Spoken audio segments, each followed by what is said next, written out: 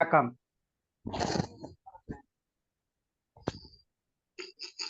வெள்ளி இலக்கிய மேடையின் 103வது நிகழ்ச்சி தொடங்கவிருக்கின்றது.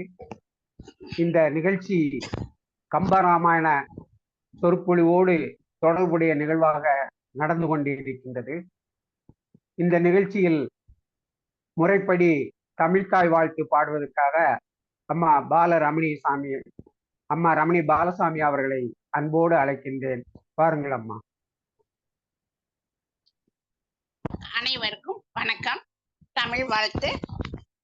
தமிழுக்கும் அமுதென்று பேர், அந்த தமிழ் இன்ப தமிழ் எங்கள் உயிருக்கு நீர், உயிருக்கு நீர். தமிழுக்கும் அமுதென்று பேர், தமிழுக்கு நிலவென்று பேர். இன்ப தமிழ் எங்கள் சமூகத்தின் விளைவுக்கு நீர், தமிழுக்கு மனம் என்று பேர்.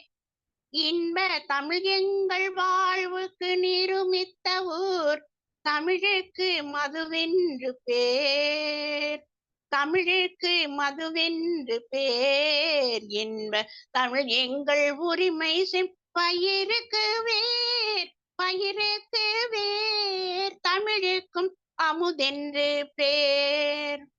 தமிழ் எங்கள் இளமைக்கு பால், தமிழ் எங்கள் இளமைக்கு பால்.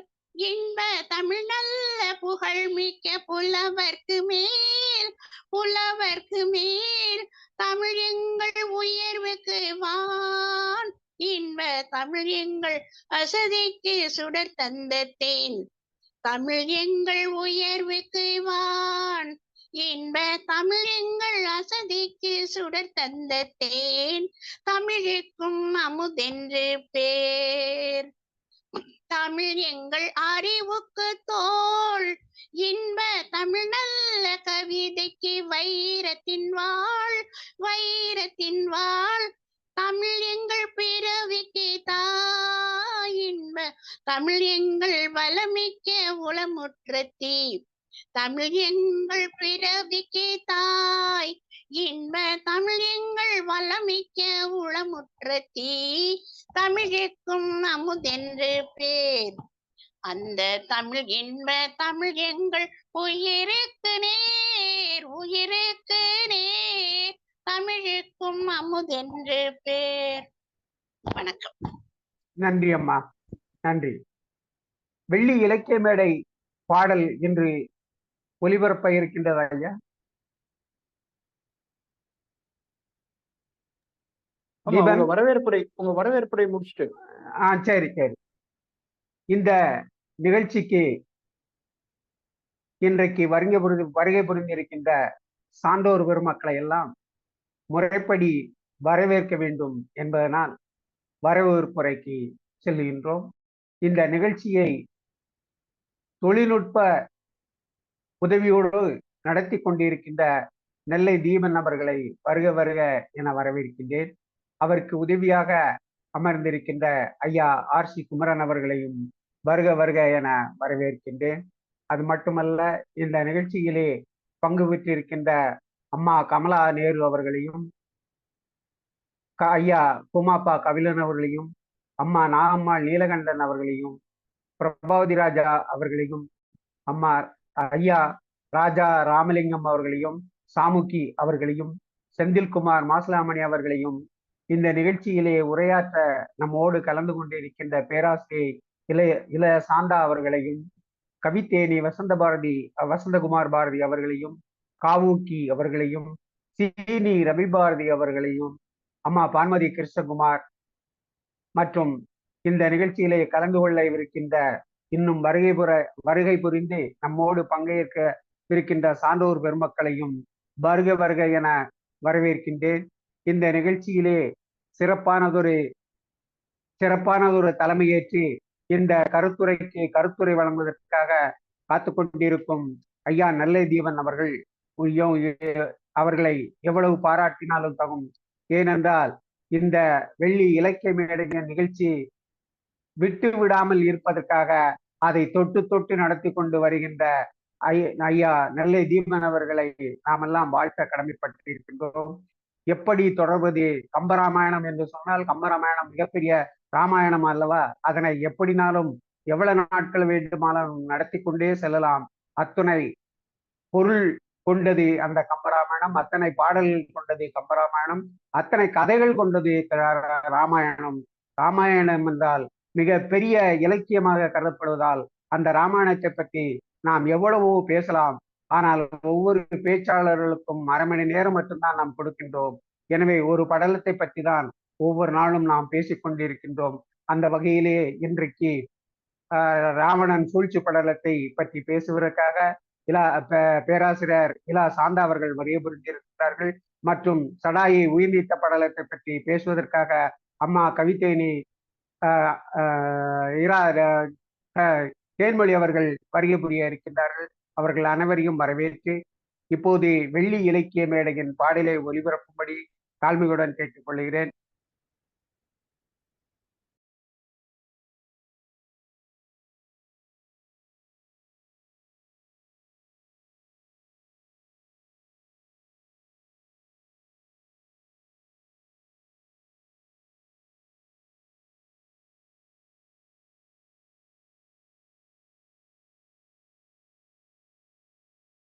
வெள்ளி இலக்கிய மேடை வாழ்த்து பாடல். இந்த பாடலை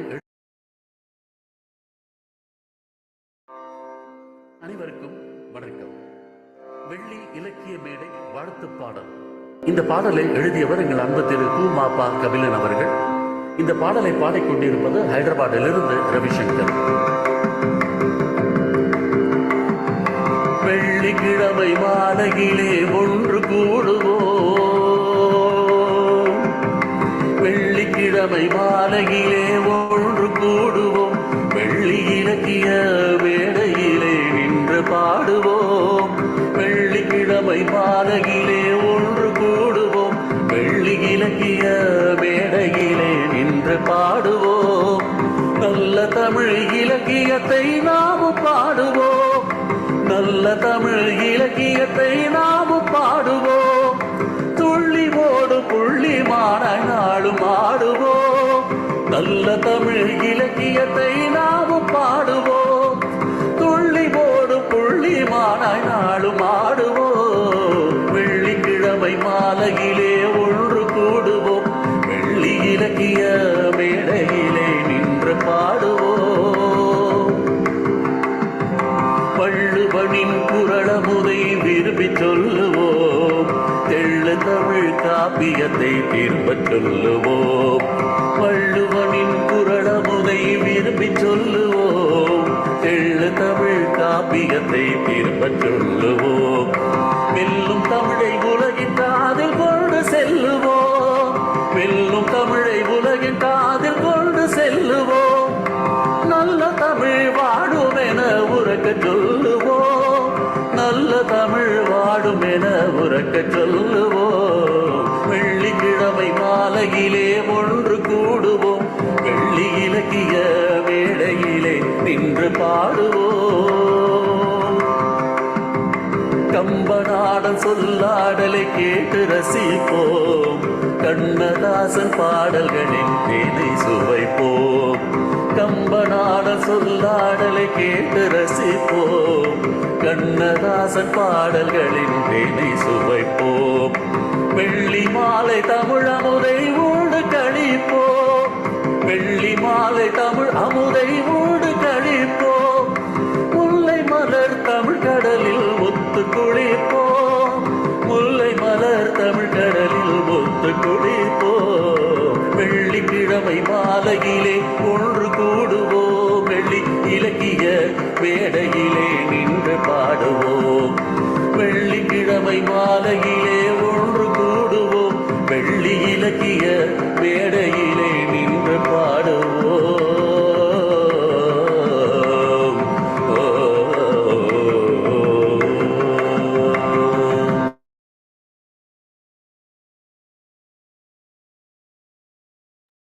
நன்றி. அடுத்ததாக இந்த நிகழ்ச்சிக்குள் நாம் செல்வதற்கு முன்பாக இந்த நிகழ்ச்சி நடந்து கொண்டிருக்கின்ற நேரத்தில் சென்ற வாரத்தில் மாரீசன் வதைபடலத்தோடு இந்த நிகழ்வு முடிவுற்றது. இன்றைக்கு அதற்கு பின்னால் வருகின்ற 2 படலங்களை எடுத்து நம்மோடு பேசவிருக்கின்றார்கள். அப்படி என்னென்ன படலங்களை பற்றியெல்லாம் இன்றைக்கு பேச இருக்கின்றார்கள், அவற்றுடைய கருத்து செறிவுகள் எப்படியெல்லாம் இருக்கும் என்பதை நமக்கு ஒரு மேற்கோளாக எடுத்து காட்டுவதற்காக எங்களுடைய நண்பரும் வங்கியில் பணிபுரிந்தாலும் பணி ஓய்வுக்கு பின்பு இலக்கியத்தை ஆழ படித்து நம்மோடு பகிர்ந்து கொள்ளுகின்ற நெல்லை தீபன் அவர்கள் இங்கே வருகை புரிந்து இருக்கின்றார்கள். மிக சிறப்பான கம்பராமாயண சொற்பொழிவை நகர்த்துவதில் அவர் ஒரு தனித்திறமை பெற்றிருக்கிறார் என்றால் அவை மிகையல்ல. கம்பராமாயணத்தை முழுவதுமாக படைத்திருக்கின்றால் என்பதில் சந்தேகம் இல்லை. அப்படிப்பட்ட ஆற்றலை வளைத்துக் கொண்டிருக்கின்ற ஐயா நெல்லை தீபன் அவர்களை பற்றி கருத்துரையாளர்கள் கருத்துரைக்குள் புகுமுன் தன்னுடைய கருத்தினை இன்றைய நிகழ்வினை பற்றிய கருத்தினை ஐயா நெல்லை தீபன் அவர்கள் நம்மோடு பகிர்ந்து கொள்வார்கள். அவர்களே இந்த நிகழ்ச்சியை தலைமை தாங்கி கருத்தினை கூறுவதற்காக அன்போடு அழைக்கின்றேன்.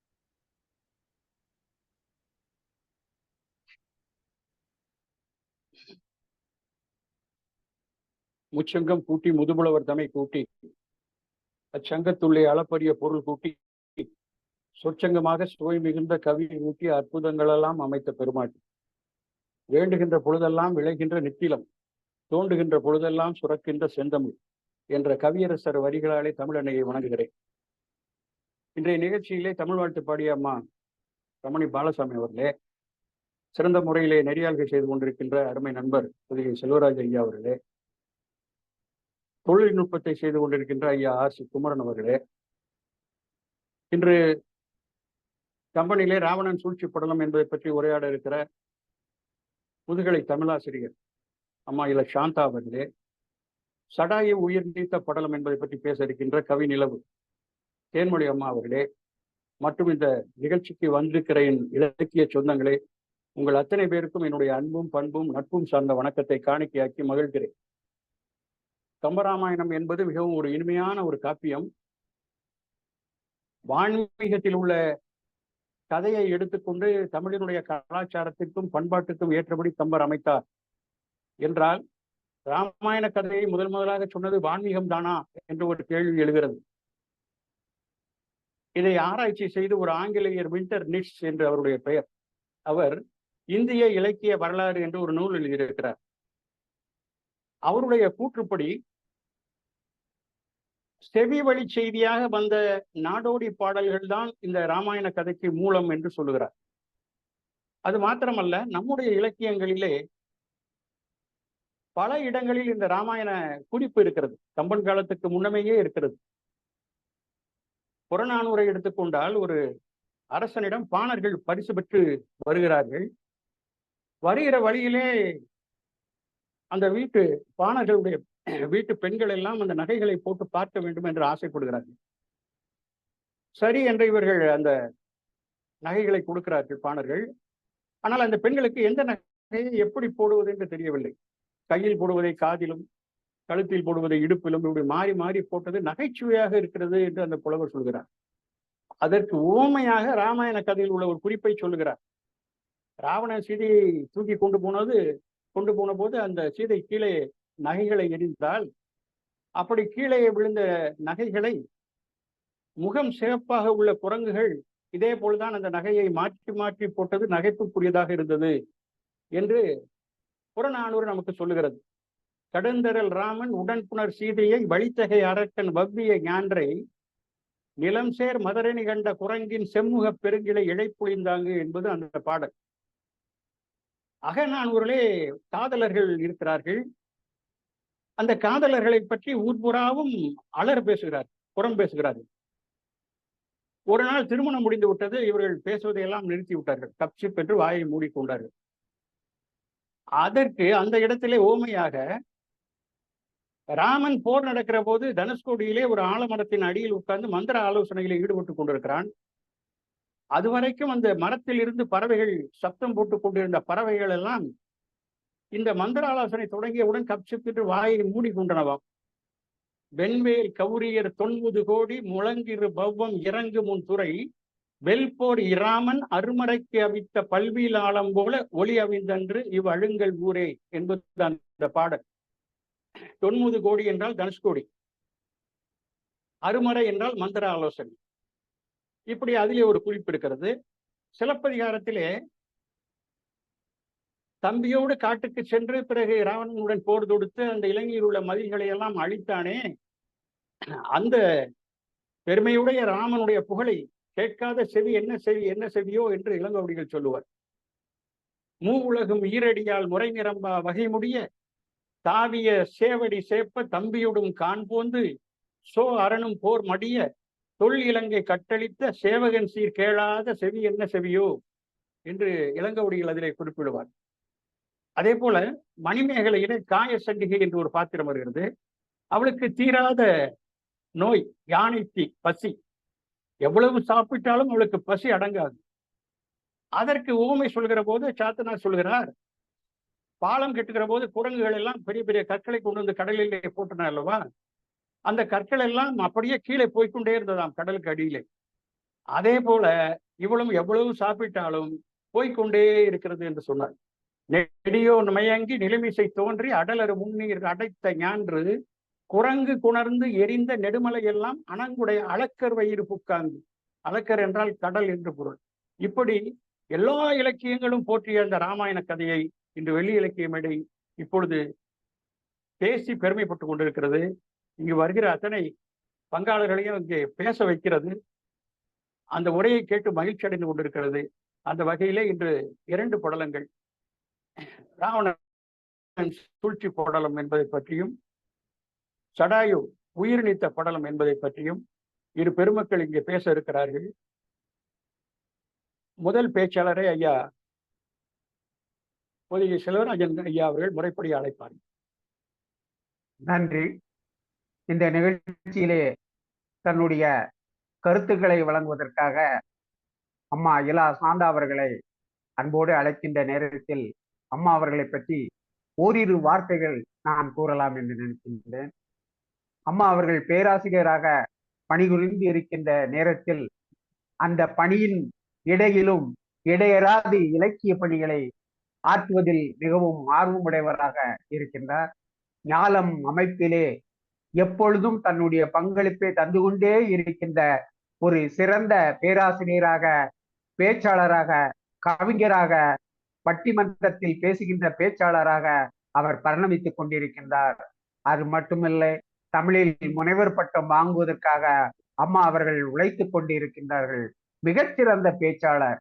கூப்பிட்ட குரலுக்கு ஓடோடி வந்து முன்னாலே நின்று தமிழை வளர்ப்பதிலும் சரி, தமிழை பற்றி பேசுவதிலும் முதன்மையாக இருந்து கொண்டிருக்கின்ற அம்மா இலா சாந்தா அவர்கள் இப்பொழுது ராவணன் சூழ்ச்சி படலம் என்பதை பற்றி நம்மோடு பேசி கலந்து உரையாடவிருக்கின்றார்கள். அம்மா அவர்களை வருக வருக என்று அழைக்கின்றேன். அடுத்த 30 நிமிடங்கள் தங்களின் வசம் ஒப்படைக்கப்படுகின்றதம்மா, பாருங்கள். அனைவருக்கும் வணக்கம். வெள்ளி இலக்கிய மேடையில் உரையாற்றுவதற்கு வாய்ப்பு வழங்கிய KGR ஐயா அவர்களுக்கும், நெல்லை தீபன் ஐயா அவர்களுக்கும், வரவேற்புரை ஆற்றிய பொதிகை செல்வராஜன் ஐயா அவர்களுக்கும், மற்றும் தமிழ் வாழ்த்து பாடல் பாடிய ரமணி பாலசாமி அம்மா அவர்களுக்கும், மற்றும் இங்கு வருகை தந்திருக்கும் ஆன்றோர்களுக்கும் சான்றோர்களுக்கும் என் வணக்கத்தை தெரிவித்துள்ளேன். கம்பராமாயணத்தில் 2 பாத்திரங்கள் மிக மிக முக்கியமானவையாக கருதப்படுகிறது. ஒன்று கூனி. கூனி என்ற பாத்திரம் இல்லை என்றால் ராமன் காட்டிற்கு வந்திருக்க மாட்டான். அதனால் ராமனுடைய பிறப்பு அவதார பலன் முழுமை பெற்றிருக்காது. அவன் தன்னுடைய ஆட்சியை இழந்து கானகம் வந்திருப்பதாலே ராவணன் சீதையை கவர்கின்றான். அதன் பொருட்டே இங்கு ராவணன் வதம் நடைபெறுகிறது. அவதார பலன் முழுமையாக முற்றும் அடைகிறது. அதற்கு வழிவகுத்தவள் யார் என்றால் முக்கிய கதாபாத்திரமான கூனி என்பவள். அது போன்றே ராவணன் ஒரு சிறந்த சிவபக்தன், அறநெறியோடு வாழ்பவள். அவனை பிறன் மனையாள் மீது காமுற செய்து அவளை கவர்ந்து வரும் பொருட்டு அவனுடைய அறத்திற்கு பங்கம் விளைவித்து அவனுடைய பெயருக்கும் ஆட்சிக்கும் மற்றும் அவனுக்கும் இறுதியான ஒரு வாய்ப்பை ஏற்படுத்தி தருகிறாள் சூர்பனகை. சூர்பனகை ராவணனுடைய தங்கை. ஒரு தங்கை தன் அண்ணனுடைய வளர்ச்சியில் அதிக ஆர்வம் கொண்டவளாகத்தான் இருப்பாள். அவனுடைய வீழ்ச்சிக்கு காரணமாக இருக்க மாட்டாள். ஆனால் இங்கு சூர்பனகை ராவணனுடைய வீழ்ச்சிக்கு காரணமாக இருக்கின்றாள். ஏன்? நமக்கு ஒரு அதற்கு அவர் விடையும் வைத்திருக்கிறார். சூர்பனகை எல்லோரும் போல அவளும் ஒரு காலக்கேயர் என்று சொல்லக்கூடிய அரக்கர் இனத்தில் இருக்கக்கூடிய ஒரு மன்னனை மணக்கின்றாள். நன்றாக அவர்களுடைய வாழ்க்கையை போய்கொண்டிருக்கிறது. ராவணனும் தன்னுடைய சிவபக்தி நெறியுடனும் மற்றும் பிரம்மதேவனிடம் தவம் புரிந்து பல அதீத சக்திகளை எல்லாம் பெற்று வரங்களை பெற்று அதன் மூலமாக தான் ஈரேழு உலகத்தையும் ஆட்சி செய்ய வேண்டும் என்ற வேட்கை உடையவனாகவும் நல்ல வீரனாகவும் இருக்கின்றான். அவன் நினைத்த பிரகாரம் மூவேழு உலகத்தையும் தன் ஆட்சியின் கீழ் கொண்டு வந்து விட்டான். ஆனால் பூலோகத்தில் மட்டும் சில பகுதிகள் அவன் கைக்கு வரவில்லை. அந்த பகுதிகளை ராவணனுக்கு இணையாக அவனை விட ஆற்றல் மிக்கவர்களான காலக்கேயர்கள் ஆட்சி செய்து வருகிறார்கள். அந்த பகுதியை தான் அடைந்தே தீர வேண்டும் என்ற பேராசை என்று சொல்ல வேண்டும், பேராசை என்று சொல்ல வேண்டும். ஆனால் எல்லா விதமான வீரர்களுக்கும் இருக்க வேண்டிய ஆசைதான். ஒரு மன்னன் என்பவன் தன்னுடைய நாடுகளை இது விஸ்தாரப்படுத்திக் கொண்டே செல்வான். அதில் அவனும் ஒரு வீரன். அதற்காக பல தவங்களை பெற்று அந்த தவங்களின் காரணமாக பலவிதமான வரங்களை பெற்று அந்த வரங்களையும் பயன்படுத்தி நாம் ஆட்சி செய்ய வேண்டும் என்ற தீராத வெட்கை உடையவனாக இருக்கின்றான். அதன் பொருட்டு காலக்கேயர்களின் மேல் நாம் போர் தொடுத்தால் நமக்கு வெற்றி வாய்ப்பு குறைவே என்பதை தெரிந்து அறிந்திருந்தவன். அதனால் அதுக்கு நேர தக்க காலத்தை பார்த்து கொண்டிருக்கிறான். காலக்கேயர்கள் சிலருக்கு சில விதமான சூழ்நிலைகள் சரியாக இல்லாத காரணத்தை சரியான சமயம் என்று நினைத்துக் கொண்டு இவன் போர் புரிகிறான். அந்த சமயத்தில் சூர்பனகையினுடைய கணவனான வித்யுஜிகன் அவன் காலக்கேயரின் சார்பாக ராவணனை எதிர்த்து போர் புரிகிறான். ராவணனால் வெற்றி பெற முடியவில்லை. தன் தோல்வியை ஒப்புக்கொண்டு சென்று விடுகிறான். பிறகு ஒரு சூழ்ச்சி செய்கிறான். இவர்களிடம் நாம் நேரடியாக போரிட்டால் நம்மால் வெற்றி பெற முடியாது, அது ஒரு இயலாத காரியம். எனவே சூழ்ச்சி செய்ய வேண்டும். அப்பொழுதே ராவணனுடைய சூழ்ச்சி ஆரம்பித்து விட்டது என்று நாம் கூற வேண்டும். ஒவ்வொரு சமயத்திலும் தனக்கு வெற்றி கிடைக்க வேண்டும் என்பதற்காக பலவிதமான சூழ்ச்சிகளை செய்து செய்து செய்து அவன் 14 லோகத்தையும் அவனுடைய கட்டுப்பாட்டுக்குள் கொண்டு வருகிறான் என்றே நாம் பார்க்கின்றோம். அதோடு மட்டுமில்லாமல் அவன் தன் தங்கையின் கணவன் என்பதையும் மறந்து அவனோடு உறவு கொள்வது போன்று நன்றாக உறவாடி அவனை கொன்று விடுகிறான். தன்னுடைய கணவன் இறந்ததை நினைத்து சூர்பனகை அழுகிறாள். ஆனால் தன்னுடைய தங்கையின் கணவனால் அவனை நாம் கொன்று விட்டோமே என்று கொஞ்சமும் பரிதாபப்படாமல் அவன் இலங்கை சென்று விடுகிறான். அந்த சபத்தின் முன் சூர்பனகை சபதம் ஏற்கிறாள். உன்னை கொன்றவனை என் உறவு என்றும் கருதாமல் அவனை நான் வஞ்சம் தீர்ப்பேன் அப்படின்னு அவன் என்ன பண்றான்? அப்பவே அங்க அந்த சவத்தின் முன்னாடியே அவள் சபதம் ஏற்கின்றாள். அதன் தொடர்ச்சியாகவே இங்கு நாம் பார்க்கின்றோம், ராவணனிடம் சூர்பனகை சீதையை பற்றிய அபரிமிதமான அவளுடைய அழகை வர்ணித்து கூறுகிறாள். தான் ஒரு இரு ஆண்களிடமும் அவமானப்பட்ட பிறகும் ராவணனிடம் போய் என்னுடைய அவமானத்திற்கும் என்னுடைய அழுகைக்கும் நீ ஆறுதல் கூறு, அதற்கு நீ மறுமொழி கூறு என்று கூறுவதை காட்டிலும் ராவணனுக்கு சீதையின் வாழ் அதீத காதல் வர வேண்டும் என்பதற்காகவும் வேட்கை வர வேண்டும் என்பதற்காகவும் அவனை பாமுற செய்யும் வகையில் அவளுடைய அழகை, சீதையினுடைய அழகை எடுத்துரைக்கின்றார் சூர்பனகை என்பதை நாம் இந்த ராவணனுடைய சூழ்ச்சி படத்தின் வாயிலா தொடக்கத்தில் நாம் காண்கின்றோம். இங்கு தன்னுடைய கணவன் இறந்த பிறகு அண்ணனிடத்தில் செல்கின்றாள் சூர்பனகை. தங்கைக்கு ஆறுதல் கூறுவது போன்று கூறி, நீ கவலைப்படாதே, நான் உனக்கு தண்டகாரண்யவனம் என்ற ஒரு பகுதியை உன்னிடம் கொடுக்கின்றேன். உனக்கு துணையாக கரண் போன்ற இன்னும் இளைய சகோதரர்கள் 2 அனுப்புகின்றேன். அவர்கள் மூலமாக நீ அங்கு நன்றாக ஆட்சி செய், சந்தோஷமாக வாழ் என்று ராவணன் அவளை அனுப்பி விடுகிறான் சூர்பனகையை. சூர்பனகை தண்டகாரண்யத்தில் தன்னுடைய பகுதியின் கட்டுப்பாட்டிற்கு கீழ் இருக்கும் பொழுது ராமன், இலக்குவன், சீதையுடன் அங்கே வந்து தங்குகிறார்கள். ராமனை பார்க்கின்றாள், ராமனுடைய அழகை பார்க்கின்றாள். இவனை நாம் மணந்து கொள்ளலாமே, நம்முடைய கணவனோ இருந்து நாம் தனிமனமாக இருக்கின்றோமே என்று நினைத்து அவனிடம் போய் கேட்கின்றாள். ராமன் மறுத்து விடுகிறான். எல்லாரும் இந்த இடத்துல பார்க்கிறோம், சூர்பனகை என்பவள் அரக்கி. ஆனால் கம்பர் காட்டியிருக்கிற இடத்தில் பார்த்தால் சூர்பனகை அவள் ஒரு அரக்கி. ராமனிடம் கெஞ்சும் பொழுது, தன்னை ஏற்றுக்கொள் என்று கெஞ்சும் பொழுது அவளுடைய முகமானது கிழப்பருவத்தை கொண்டதாகவும் கோரமாக இருந்ததாகவும் வர்ணிக்கின்றார். ஆனால் வால்மீகி சூர்பனகை என்பவள் நாமெல்லாம் காணக்கூடிய அளவுக்கு மன்னிக்கணும். சொல்லுங்கய்யா. குறுக்கீடுக்கு மன்னிக்கணும். நம்ம தலைப்பு வந்து ராவணன் சூழ்ச்சி படலம், சூர்பனகை சூழ்ச்சி படலம் இல்ல. அதுல இருந்து வரீங்களா? சரிம்மா சரிம்மா. இங்க சூர்பனகையினுடைய அழகை சொல்கிறாள். அவர் சூர்பனகை சாதாரணமான அழகுடையவள் அல்ல.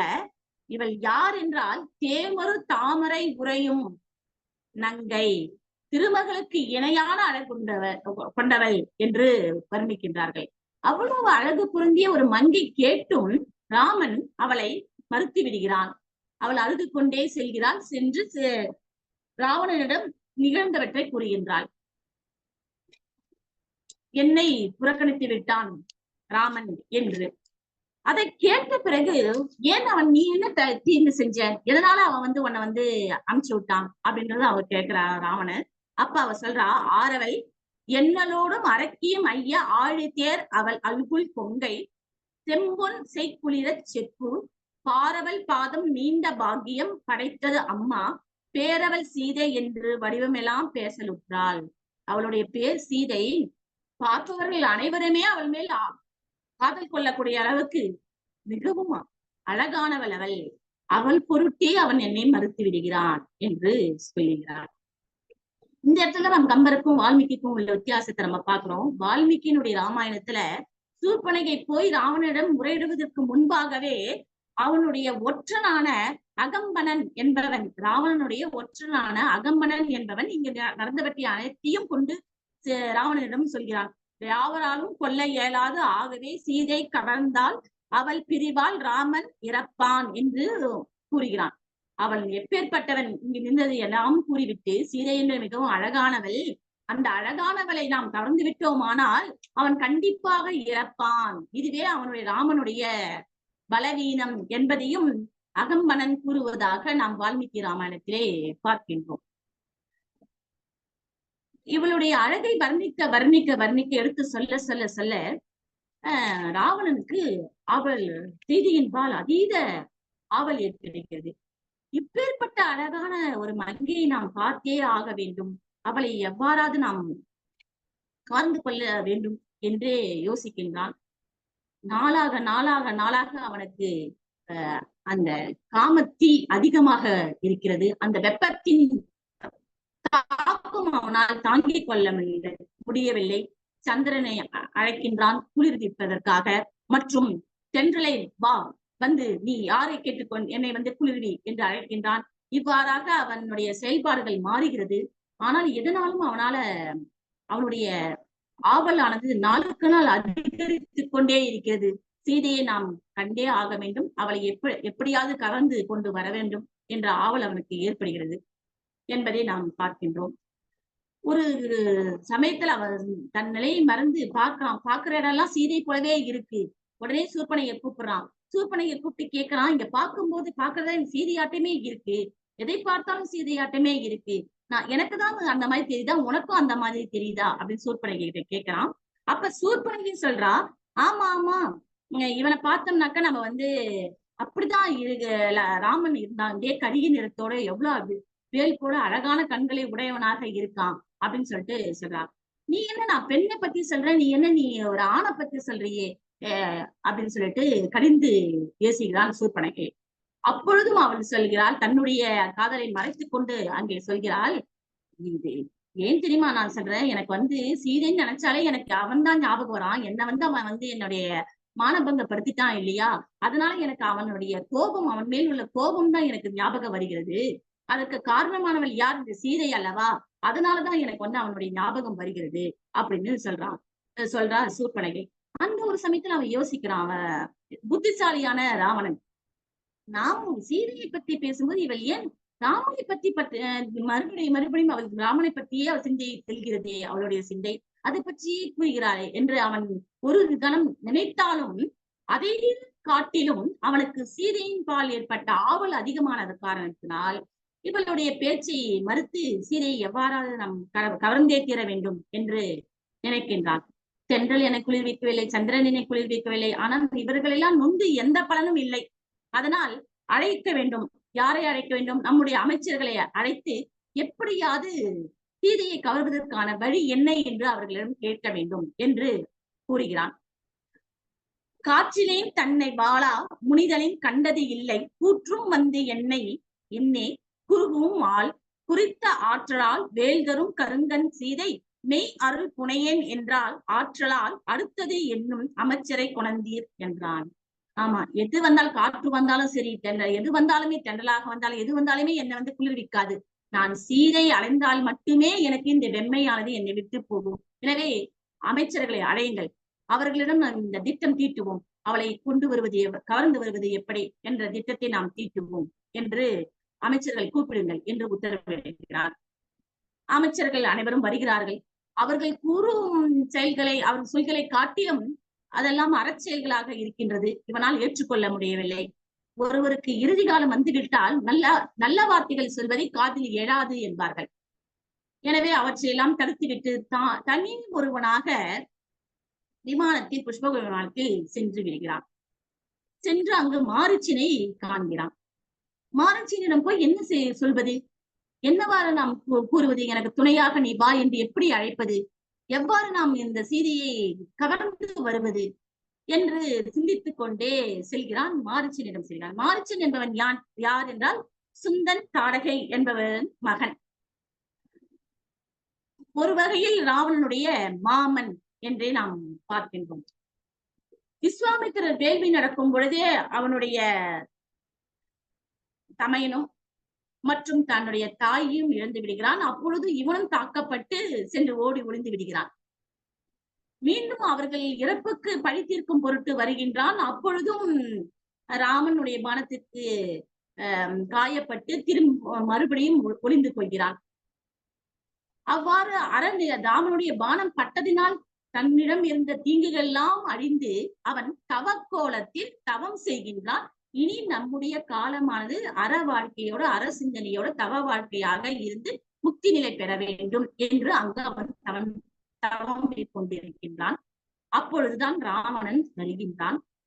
எவ்வாறாவது சூழ்ச்சி செய்து நாம் சீதையை அடைந்தே தீர வேண்டும், அதற்கு மாமனான நீதான் எனக்கு துணை புரிய வேண்டும் என்று கேட்பதற்காக வருகின்றான். ராவனுடைய வருகையை அறிந்த மாரீச்சன் எதற்கு ராவணன் இங்கே வந்திருக்கின்றான், அவனுடைய செயல்தான் என்ன, அவனுடைய காரணம் என்ன என்பதை அறிந்து கொள்கிறான். இது வேண்டாம் என்று தடுத்தும் பார்க்கின்றான். சிறகு சினத்தார் முதிர மலைத்தார் சிறியோர் நாள் பருகினன் என்றால் வென்றி நலத்தில் பழி அன்றோ இரு கை சுமந்தாய் இனிதின் இருந்தாய் இகழ்வேல் உன் மருகர் உழந்தார் ஒருவன் மலத்தான் வரிவில்லாள் அப்படின்னு சொல்றான். என்ன மாமா, என்னப்பா ராவணா இங்க வந்திருக்க நீ அப்படின்னு சொல்லும்போது அவன் சொல்றான், நான் இந்த மாதிரி 7 உலகத்தையும் நான் என்னுடைய ஆட்சிக்கு கொண்டு வந்தா கூட என்னுடைய பயன் எனக்கு இருக்கு. என்னுடைய தங்கை இங்கு ஒரு மானிடன் கையால் இங்கு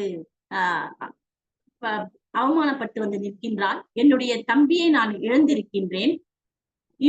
இந்த பழிச்சொல்லை தாங்கிக் கொண்டு நான் இருந்து என்ன பயன், நான் அரசனாக வீரனாக இருந்து என்ன பயன், அதற்கு அவர்களுடைய அவமானத்திற்கும் அவர்களுடைய இழப்புக்கும் நான் கண்டிப்பாக பழி தீர்க்க வேண்டும் என்பதற்காக இங்கு வந்திருக்கிறேன் என்று மாரீச்சனிடம் சூர்பனகனுடைய கதையையும் கடன் இறந்த கதையையும் சொல்கின்றான்.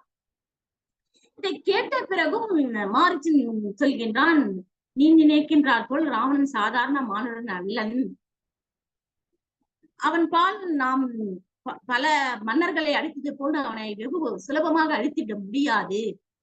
எனவே உன்னுடைய பிறனுடைய மனைவி மேல் ஆசைப்படக்கூடாது, நீ அதை விட்டு விடு, அது உனக்கு அழகும் அல்ல அப்படி என்ற பல அறிவுரைகளை எடுத்துக் கொள்கிறான். உப்பு இலர் என்றே போர் செயல் ஒல்லேன் உடன் வாழும் துப்பு அழி செவ்வாய் வஞ்சியை ஒவ்வொர் துணை கொண்டிட்டு இப்படி நின்னால் தீய வந்தேன் இவன் என்றான். ராவணன் சொல்றான், எதுக்காக தெரியுமா வந்தேன்? நேரா அவன் மானுடன், அந்த மானுடனுக்கு எனக்கு இணையானவன் கிடையாது, என் வீரத்துக்கு நிகரானவன் கிடையாது, எந்த ஒரு சூழ்நிலையும் அவன் எனக்கு நிகரானவன் அல்ல. நிகரானவர்களோட தான் போர் புரிய வேண்டும். எனவே அவனிடம் நான் போரிட வரவில்லை. அவனிடத்தில் இருக்கின்ற அந்த மங்கையை நீ கவர்ந்து வந்துவிடு, எப்படியாவது அவனிடமிருந்து அந்த மங்கையை கவரும் பொருட்டே நான் வந்திருக்கின்றேன். அவளை கவர்ந்து விட்டாலே அவள் பிரிவை தாங்க முடியாமல் ராமன் இறந்து விடுவான். அதுவே நாம் அவனுக்கு கொடுக்கின்ற தண்டனையாக அமைந்துவிடும். அதற்காக உன் துணையை நாடி வந்துள்ளேன் அப்படின்னு மாரச்சென்கிட்ட தன்னுடைய சூழ்ச்சியை மெல்லமாக எடுத்து சென்றான் ராவணன். அதுக்கு மாரச்சன் சொல்றான், இந்திரன் அகலிகை பேர்ல ஆசைப்பட்டான். பிறருடைய மனைவி என்பதையும் தெரிந்தும் பிறன் மனைவியை கவர வேண்டும் என்று ஆசைப்பட்டதனால் அவனுடைய பெருமையை இழந்து நின்றான். அவன் மட்டுமல்ல, அவனை போல பல மன்னர்கள் பிறன் மனைவி மேல் ஆசைப்பட்டு தன்னுடைய செல்வம் பதவி அனைத்தும் பெருமைகளை இழந்து நின்றவர்கள் பல பேர் உண்டு. நீயோ சாதாரணவன் அல்ல, இந்த 3 லோகத்திற்கும் அதிபதியாக இருக்கக்கூடியவன். உன்னுடைய அரண்மனையில் யாரை போல் இருக்கின்றார்கள் அப்படின்னா, திருமகளுக்கு இணையான எண்ணற்ற மங்கைகள் இருக்கின்றார்கள். அவர்களெல்லாம் இருக்கின்ற பொழுது நீ ஏன் சீதையின் மேல் ஆசைப்படுகிறாய்? அவள் ராமனுடைய மனைவி அல்லவா? அவளை கவர்வதால் உனக்கு எந்த பெருமையும் வந்துவிடாது, உனக்கு தீங்குதான் வந்து சேரும். ஏன் உன்னுடைய அமைச்சரவையில் எந்த அமைச்சர்களும் உனக்கு நல்ல அறிவுரைகளை கூறக்கூடிய நல்ல அமைச்சர்களை யாரும் உன்னிடம் வைத்துக் கொள்ளவில்லையா? அல்லது அந்த அமைச்சர்கள் கூறிய நல் உரைகள் தான் உன் செவியை ஏறவில்லையா என்று கேட்கின்றான். பிறகு ஒருவருக்கு இறுதி விதி வலியது, இறுதி வரும் பொழுது அவர்கள் என்ன நல்லுரைகளை எடுத்து சொன்னாலும் ஏற்றுக்கொள்ளும் மனத்தை உடையவர்களாக இருக்க மாட்டார்கள்.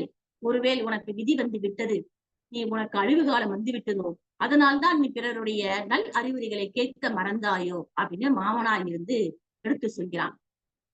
ஆனாலும் ராவணன் காது கொடுத்து கேட்கக்கூடியவராக இல்லை. நீ இல்லைன்னு சொன்னேன்னா நான் உன்னை இங்கேயே என் வாளால கொண்டுடுவேன், கொண்டுட்டு ஆனா நான் வந்த காரியத்தை கண்டிப்பாக நான் செய்வேன். உன்னால் எனக்கு உதவி செய்ய முடியுமா முடியாதா அதை மட்டும் சொல்லு அப்படின்னு ராவணன் கேட்கிறான்.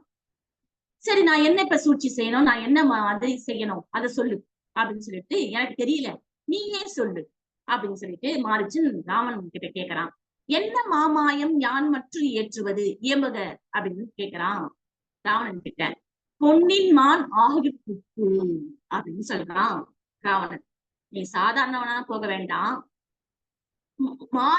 பொன்னிறமுடைய பொன்மானாக நீ சீதையின் முன்பாக செல்.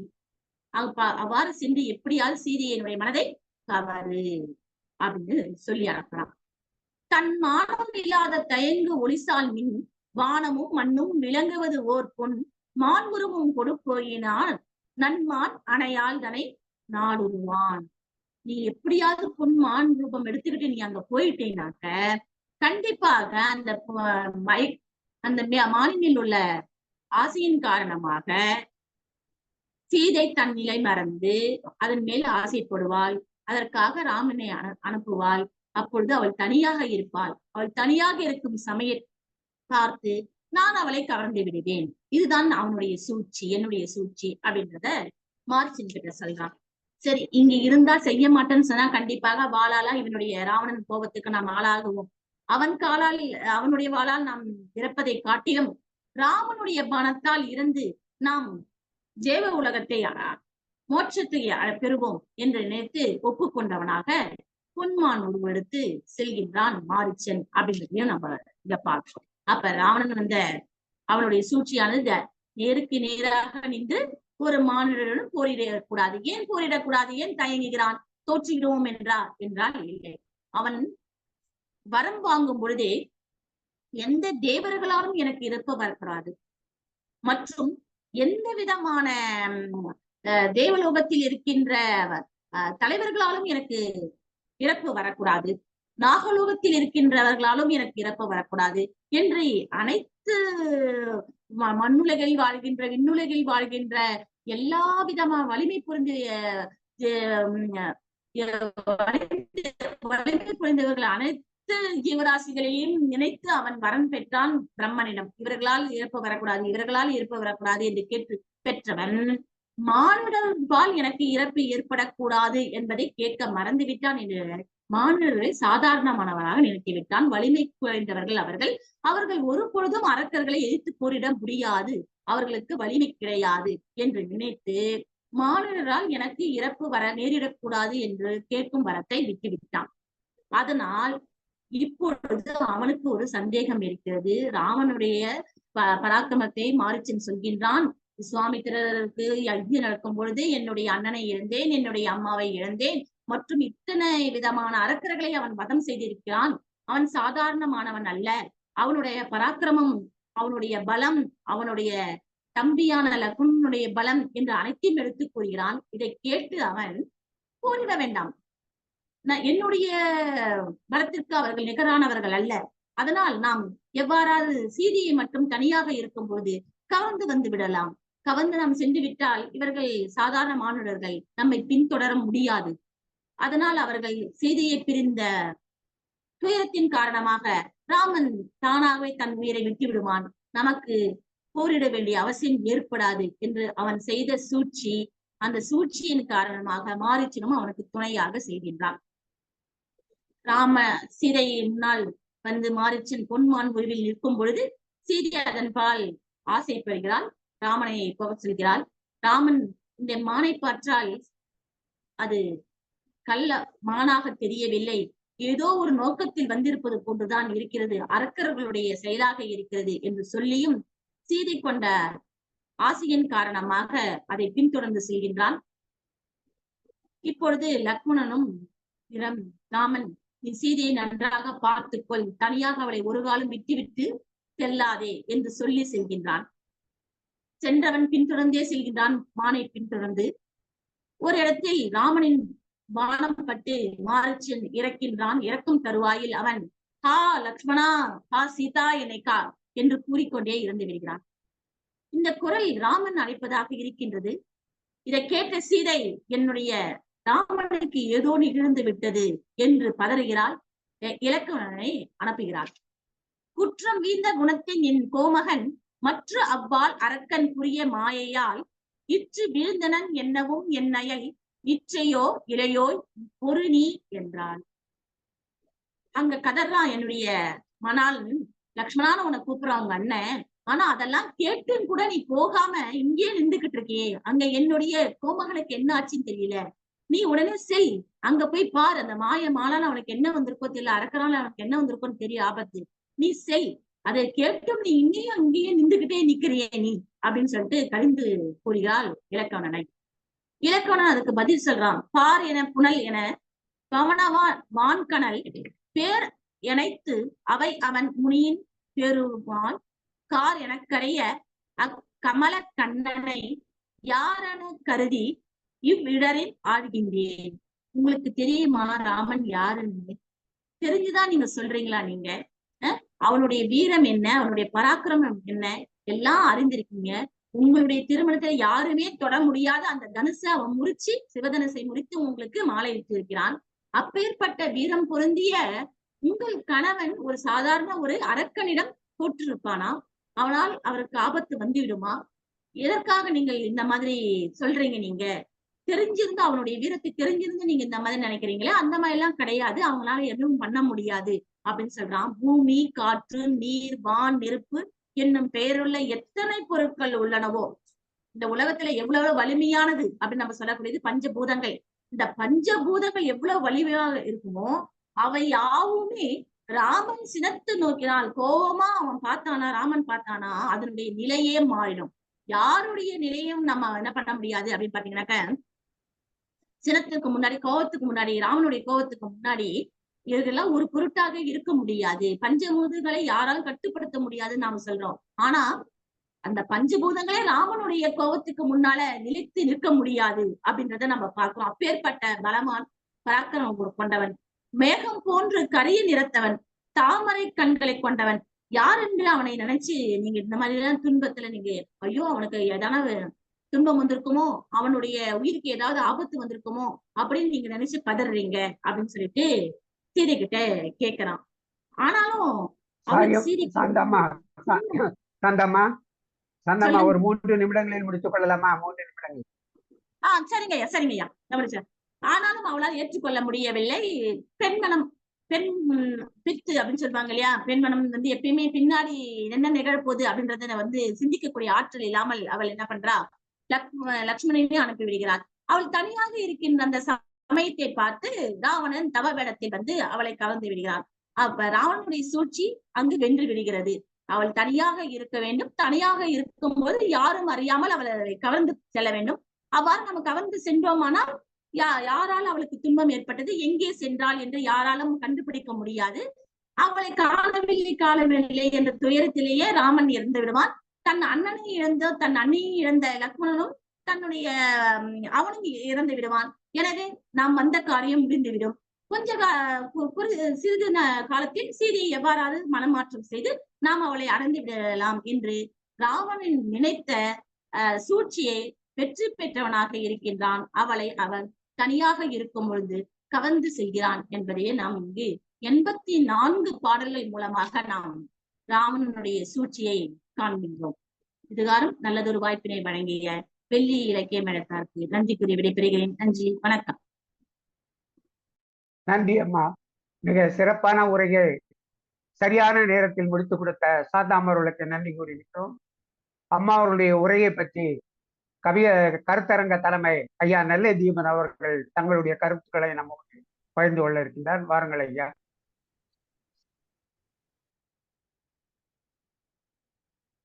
மீண்டும் வணக்கம். மரியாதைக்குரிய கேஜிஆர் அவர்கள் நம்மோடு இணைந்திருக்கிறார்கள்.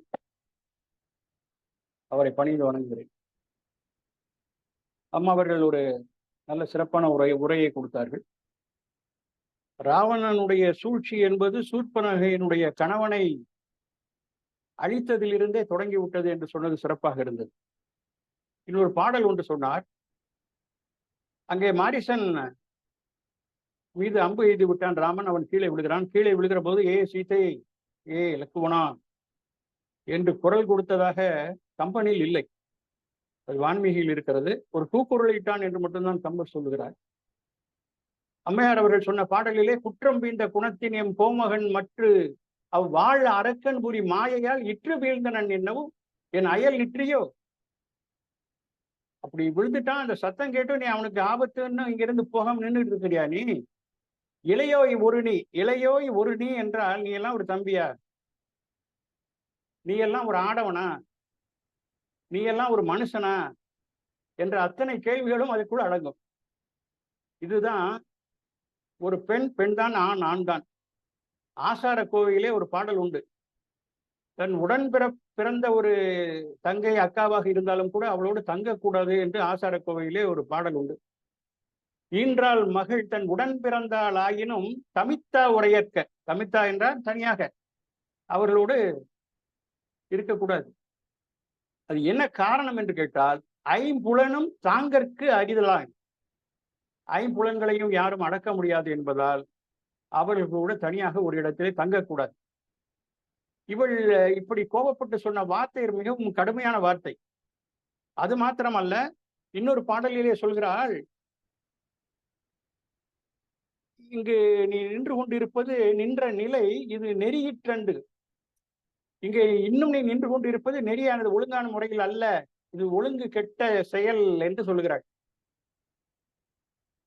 இன்னும் சொல்லுகிறாள், ஈண்டு நீர் கருதிற்று எய்தமேல், நீ அவனுக்கு ஏதோ ஆபத்து என்று நீ நினைக்கிறாயே, அப்படி ஒன்று நடந்திருந்தால் ராமனுக்கு ஆபத்து என்று கூட சொல்ல முடியவில்லை லக்குவனால்.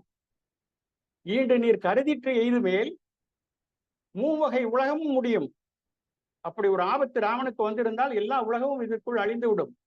முந்து உள்ள தேவரும் முனிவரும் முதல் செவ்வியோர் ஏவரும் பீபர்.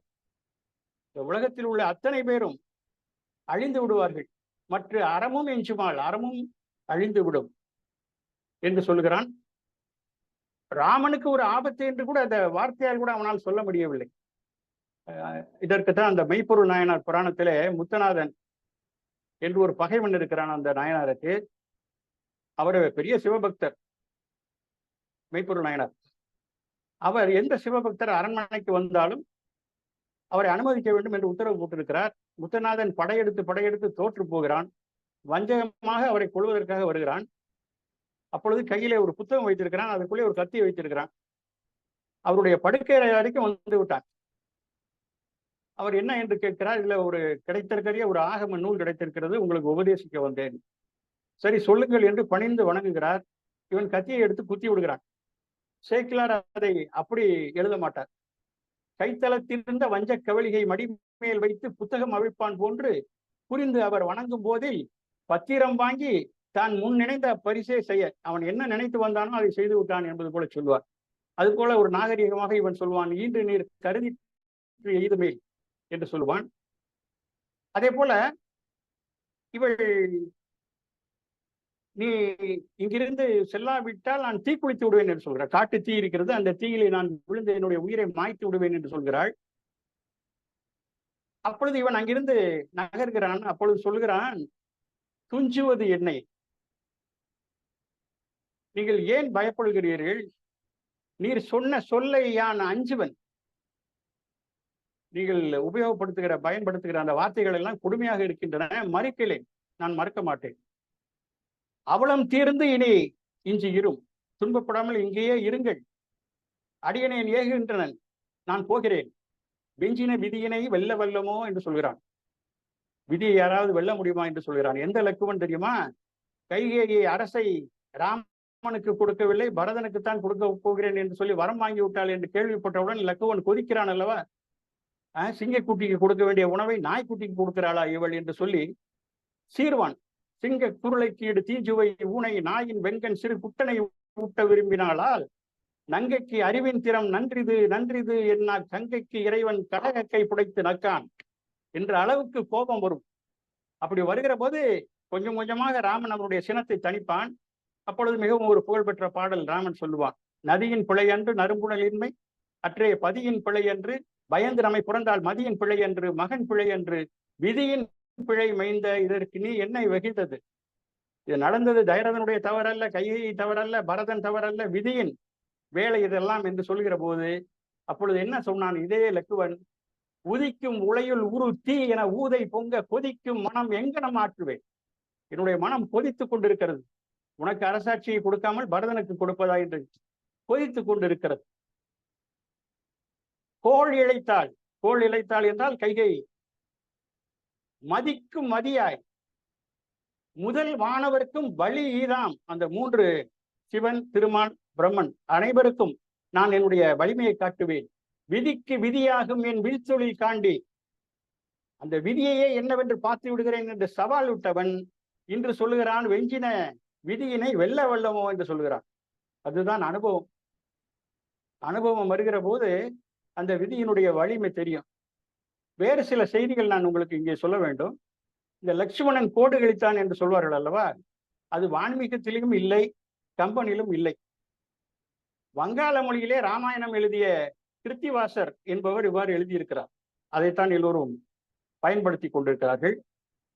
முதலாக ராவணன் சீதையை தூக்குவதற்கு முன்பாக சீதையை பார்க்கிறான். அவருடைய அழகிலே மயங்கி என்ன நினைக்கிறான், இந்த உலகம் முழுவதையும் இவளுக்கே கொடுத்து விடுவேன். அதற்கு அடுத்த பாடலிலே இவளை அறிமுகப்படுத்திய என் தங்கை சூர்பனகைக்கு இந்த உலகம் முழுவதையும் கொடுத்து விடுவேன் என்கிறான். அவன் ஒரு நிலையில் இல்லை, அந்த காமத்தால் தடுமாறுகிறான். அப்பொழுது அவளுடைய அழகை பாராட்டி ஒரு பாடல் எழுதியிருக்கிறார் கம்பர். அவன் ராவணன் நினைக்கிறான், வெற்பிடை மதம் என வியர்க்கும் மேனியன். அது யானைக்கு மதம் பிடிச்ச மாதிரி வேக்குதான் அவனுக்கு அவளை பார்த்த உடனே. அன்பின் நல்திரை ஆசை வேளையன், ஆசை கடல் போல பொங்குகிறது ராவணனுக்கு. பொற்பினுக்கு அணியினை, புகழின் சேக்கையை, கற்பினுக்கு அரசியை கண்ணின் நோக்கினான். இது பின்னால் அசோகவனத்திலே அனுமன் பார்த்து விட்டு ராமனிடம் செல்கிற போது ராமனிடம் சொல்வான் அல்லவா, இருப்பிறப்பு என்பதொன்றும் இரும்புரை என்பதொன்றும் கற்பெனும் பெயரதொன்றும் கடிநடம் புரிய கண்டேன் என்ற பாடலுக்கு ஒரு முன்னோட்டமாக நான் இந்த பாடலை பார்க்கிறேன். அதே போல ராவணன் இன்னொன்று சொல்வான், இவளை காண என்னுடைய 20 கண்கள் காணாது, 1000 கண்கள் வேண்டும் என்று சொல்கிறான். இதே கருத்தை ராமன் வில் முறித்த போது அங்கே உள்ள பெண்கள் எல்லாம் பேசிக் கொண்டிருப்பார்கள். அப்பொழுது சொல்வார்கள், இவளுக்கு நம்பியை காண ராமனை பார்ப்பதற்கு சீதைக்கு 1000 கண் வேண்டும் என்று சொல்வார்கள். நம்பியை காண நங்கைக்கு 1000 நயனம் வேண்டும். இப்பொழுது சீதையினுடைய ஆட்கள் சொல்வார்கள், கொம்பினை காணும் தோறும் குறிச்சிட்டு அங்கனேயாம். சீதையை பார்க்கணும்னா ஒவ்வொரு தடவையும் ராமனுக்கு 1000 கண்ணு வேண்டும் சொல்வார். அதே கருத்து உள்ள பாடல் தான் இங்கேயும் சொல்லியிருக்கிறார். அதே போல இந்த சாபம் ஒன்று உண்டு அல்லவா, இவன் அவளை வான்மீகத்திலே அவள் கரத்தை பற்றி இழுத்து கொண்டு சென்றான் என்றுதான் இருக்கிறது. ஆனால் கம்பன் அப்படி சொல்லவில்லை, நிலத்தோடு பெயர்த்து எடுத்துக்கொண்டு சென்றான் என்றுதான் சொல்வார். அதற்கு என்ன காரணம் என்றால், பிரம்மன் மட்டுமல்ல பலரும் அவனுக்கு சாபம் கொடுத்திருக்கிறார்கள். ஒரு பெண்ணினுடைய அனுமதி இல்லாமல் அவளை தொட்டால் அவனுடைய தலை வெடித்து விடும் என்று. அந்த சாபம் பற்றி எங்காவது இருக்கிறதா என்று நான் தேடிய போது ஒரு பாடல் கிடைத்தது. ஆண்டு ஆயிடை எடுக்கிறான், அந்த நிலத்தை எடுக்கிற போது உள்ள பாடல். ஆண்டு ஆயிடை தீயவன் ஆயிடையை தீண்டான், அவளை தொடவில்லை. அயன் மேல் உரை சிந்தை செய்யார். அயன் என்றால் பிரம்மன். பிரம்மன் கொடுத்த வரம் அவன் நினைவுக்கு வர தூண்டான் எனவாம் உயர் தோல் வழியான் கீண்டான் நிலம் யோசனை கீழோடு மேல். ஒரு யோசனை தூரம் அந்த நிலத்தை தோண்டி அப்படியே அவளை எடுத்து சென்று கொண்டிருக்கிறான். அதே போல மிக அருமையான பாடல்கள் எல்லாம் நிறைந்த ஒரு படலம் அம்மையார் மிகச் சிறப்பாக இங்கே எடுத்துரைத்தார்கள். வெள்ளி இலக்கிய மேடையின் சார்பாக அவரை பாராட்டுகிறேன், நன்றி கூறுகிறேன். அடுத்த பேச்சாளரை அழைப்பதற்காக ஐயா பொதிகை செல்வராஜ் அவர்களை அழைக்கிறேன். நன்றி ஐயா. மிக சிறப்பான கருத்துரை வழங்கிய தங்களுக்கு வெள்ளி இலக்கிய மேடையின் சார்பாக நன்றியினை தெரிவித்துக் கொள்கிறேன். இந்த கூட்டம் தொடங்கிய பின்னால் இந்த நிகழ்ச்சியிலே பங்கேற்ற சரஸ்வதி அம்மாள் அவர்களையும், ஹரி கோபாலகிருஷ்ணன் அவர்களையும், ஐயா அந்தமான் கிருஷ்ணமூர்த்தி அவர்களையும், சாமி மல்லிகா அவர்களையும், ஜெயாரமணி அவர்களையும், ஐயா கனகசபாவதி அவர்களையும், இன்னும் வெள்ளி இலக்கிய மேடையின் பொறுப்பாளர் KGR அவர்களையும் வருக என வரவேற்று, அடுத்ததாக அடுத்த நிகழ்ச்சியை பற்றி பேசுவதற்காக சடாயு உயிர் நீத்த படலத்தை பற்றி பேசுவதற்காக அம்மா தேன்மொழி அவர்களை அன்போடு அழைக்கின்றோம். அம்மா தேன்மொழியை பற்றி கூறுவதென்றால் அவர் ஒரு சகலாகலா வள்ளி என்று நான் கூற வேண்டும். எந்த பொருளை கொடுத்தாலும், எந்த நிகழ்ச்சியிலே கூப்பிட்டாலும் அதற்கு ஏற்றாற் போல தன்னுடைய கருத்துக்களை எல்லாம் பகிர்ந்து கொள்வதில் மிக சிறப்பான வல்லமை பொருந்தியவராக விளங்கி கொண்டிருக்கின்றார். தன்னுடைய ஓய்வு என்பதை அவர் எண்ணி பார்க்காமல் எப்பொழுதும் இலக்கிய பணி என்றே ஓடிக்கொண்டிருக்கின்றார். அவர் நிகழ்ச்சியில் பங்கு பெறாத நாள் என்று எடுத்துக்கொண்டால் அதை விரல் விட்டு எண்ணிவிடலாம். அத்தகைய நிலையிலே அம்மா அவர்கள் தினமும் நிகழ்ச்சியிலே பங்கேற்றுக் கொண்டிருக்கின்றார்கள். கவியரங்கமா, பட்டிமன்றமா, இல்லை கருத்தரங்கமா என்று எது இருந்தாலும் தொலைக்காட்சி நிகழ்ச்சியிலும் சரி, குவிய நிகழ்ச்சியிலும் சரி, அம்மா அவர்கள் பங்கு பெறாத நிகழ்ச்சிகளே இல்லை என்று கூறுகின்ற அளவுக்கு மிகவும் ஓடி ஓடி தமிழ் பணியாற்றி கொண்டிருக்கின்றார். அத்தகைய சுறுசுறுப்பு தேனியை அவர் கவித்தேனியா இருந்தாலும் இருக்கின்ற காரணத்தினால் அம்மா அவர்களே இப்பொழுது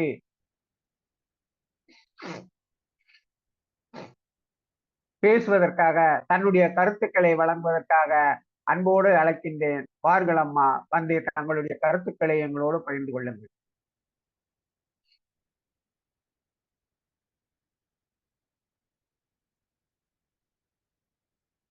தென்மொழி, வெள்ளி இலக்கிய மேடையில் இருக்கக்கூடிய அனைவருக்கும் என்னுடைய இனிய மாலை வணக்கம்.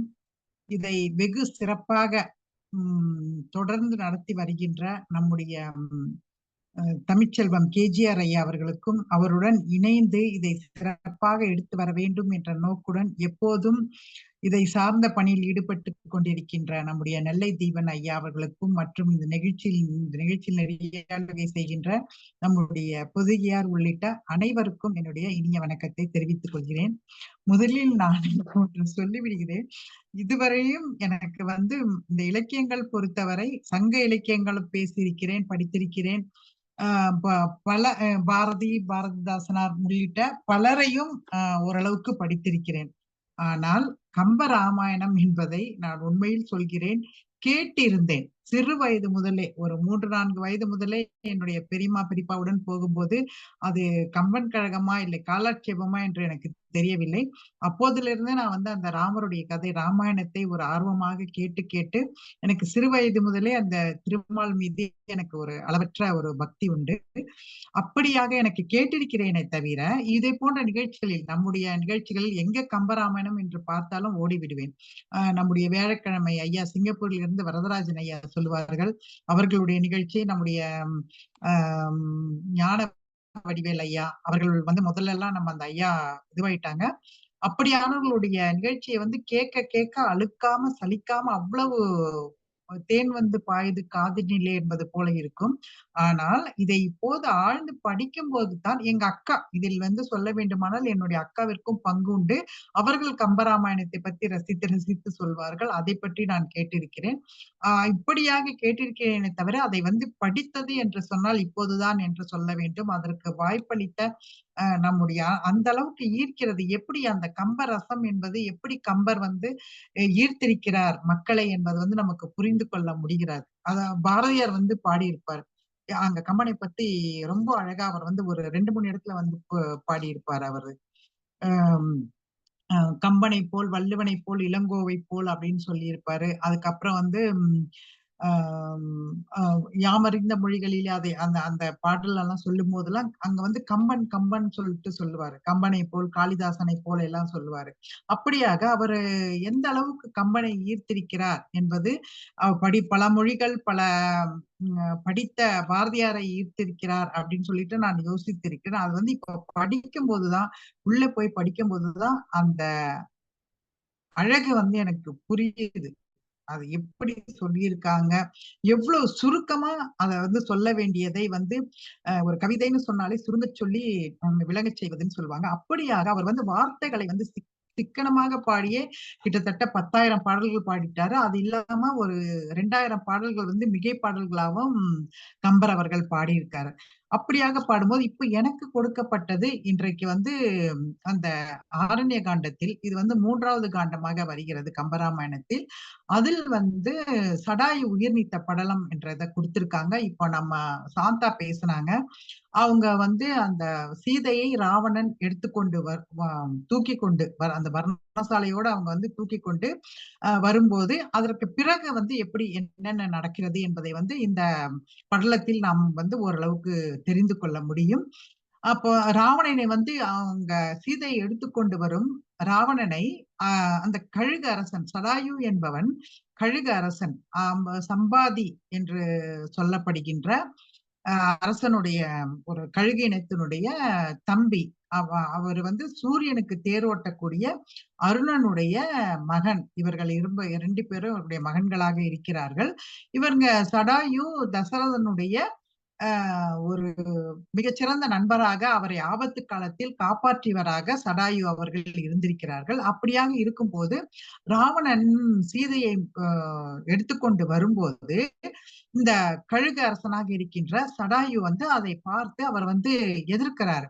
அதை எதிர்த்து கொண்டு வரும்போது முதல் பாடலே எங்க வருது, எங்கடா போவது, என்ன, நில் நில் அப்படின்னு சொல்லிட்டு, இடித்து சொல்லன் அப்படின்னு சொல்லிட்டு அங்க தொடக்கிறாரு. முதல் பாடல தொடங்கிட்டு அதுல எல்லாம் சொல்லிட்டே வர்றாரு. அப்படி சொல்லிட்டே வரும்போது அப்ப என்ன சொல்றாரு, உத்தமன் தேவியை உலகோடு ஓங்கு தேர் வைத்தனை ஏகுவது எங்கு அப்படின்னு சொல்றான். உத்தமன் தேவியை உலகோடு ஓங்கு தேர் வைத்தனை ஏகுவது எங்கடா எடுத்துட்டு போற அப்படி சொல்லிட்டு, வானினோட இத்தனை திசையையும் மறைப்பேன் ஈண்டு அப்படின்னு சொல்லிட்டு அவர் அப்பயே அவங்க கேக்குறாங்க, எங்கடா எடுத்துட்டு போற அப்படி எல்லாம் கேட்கும் போது இவங்க என்ன சொல்றாரு, நம்முடைய இவரு சொன்னாரு, பேதாய் பிழை செய்தனை பேருலகின் மாதா அணையாளை மனக்கொடு நீ யாதாக நினைத்தனை. இவங்க சொல்றாங்க இந்த உலகின் இந்த சீதை வந்து மகாலட்சுமியினுடைய அவதாரம் இல்லைங்களா, இந்த பேருலகின் மாதா அன்னை தாய் அவளை நீ என்ன நினைச்சுக்கிட்ட அப்படின்றபடி வந்து அவர் கேக்குறாங்க. அதுக்கப்புறம் என்ன சொல்றாங்க, உய்யாமல் மலைந்து உமரார் உயிரை மெய்யாக ராமன் விருந்திடவே கையார முகந்து கொடு அந்தகனார் ஆயா ஐயா புதிது உண்டது அறிந்திலையோ அப்படின்றபடி இவர் வந்து பல விஷயங்கள் வந்து எடுத்து எடுத்து சொல்றார். அந்த இவருக்கு வந்து புரியிறபடி இவங்களுக்கு நம்முடைய ராவணனுக்கு வந்து அவர் வந்து சொல்றார், அதை எதிர்த்து அவர் நின்று சொல்லிக்கிட்டே வராரு.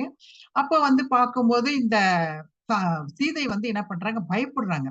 அத பயப்பட்ட உடனே சீதைக்கும் அவர் வந்து சொல்றாரு, பயப்படாதம்மா நான் இருக்கேன் அப்படின்னு சொல்றபடி அவர் சொல்றாரு.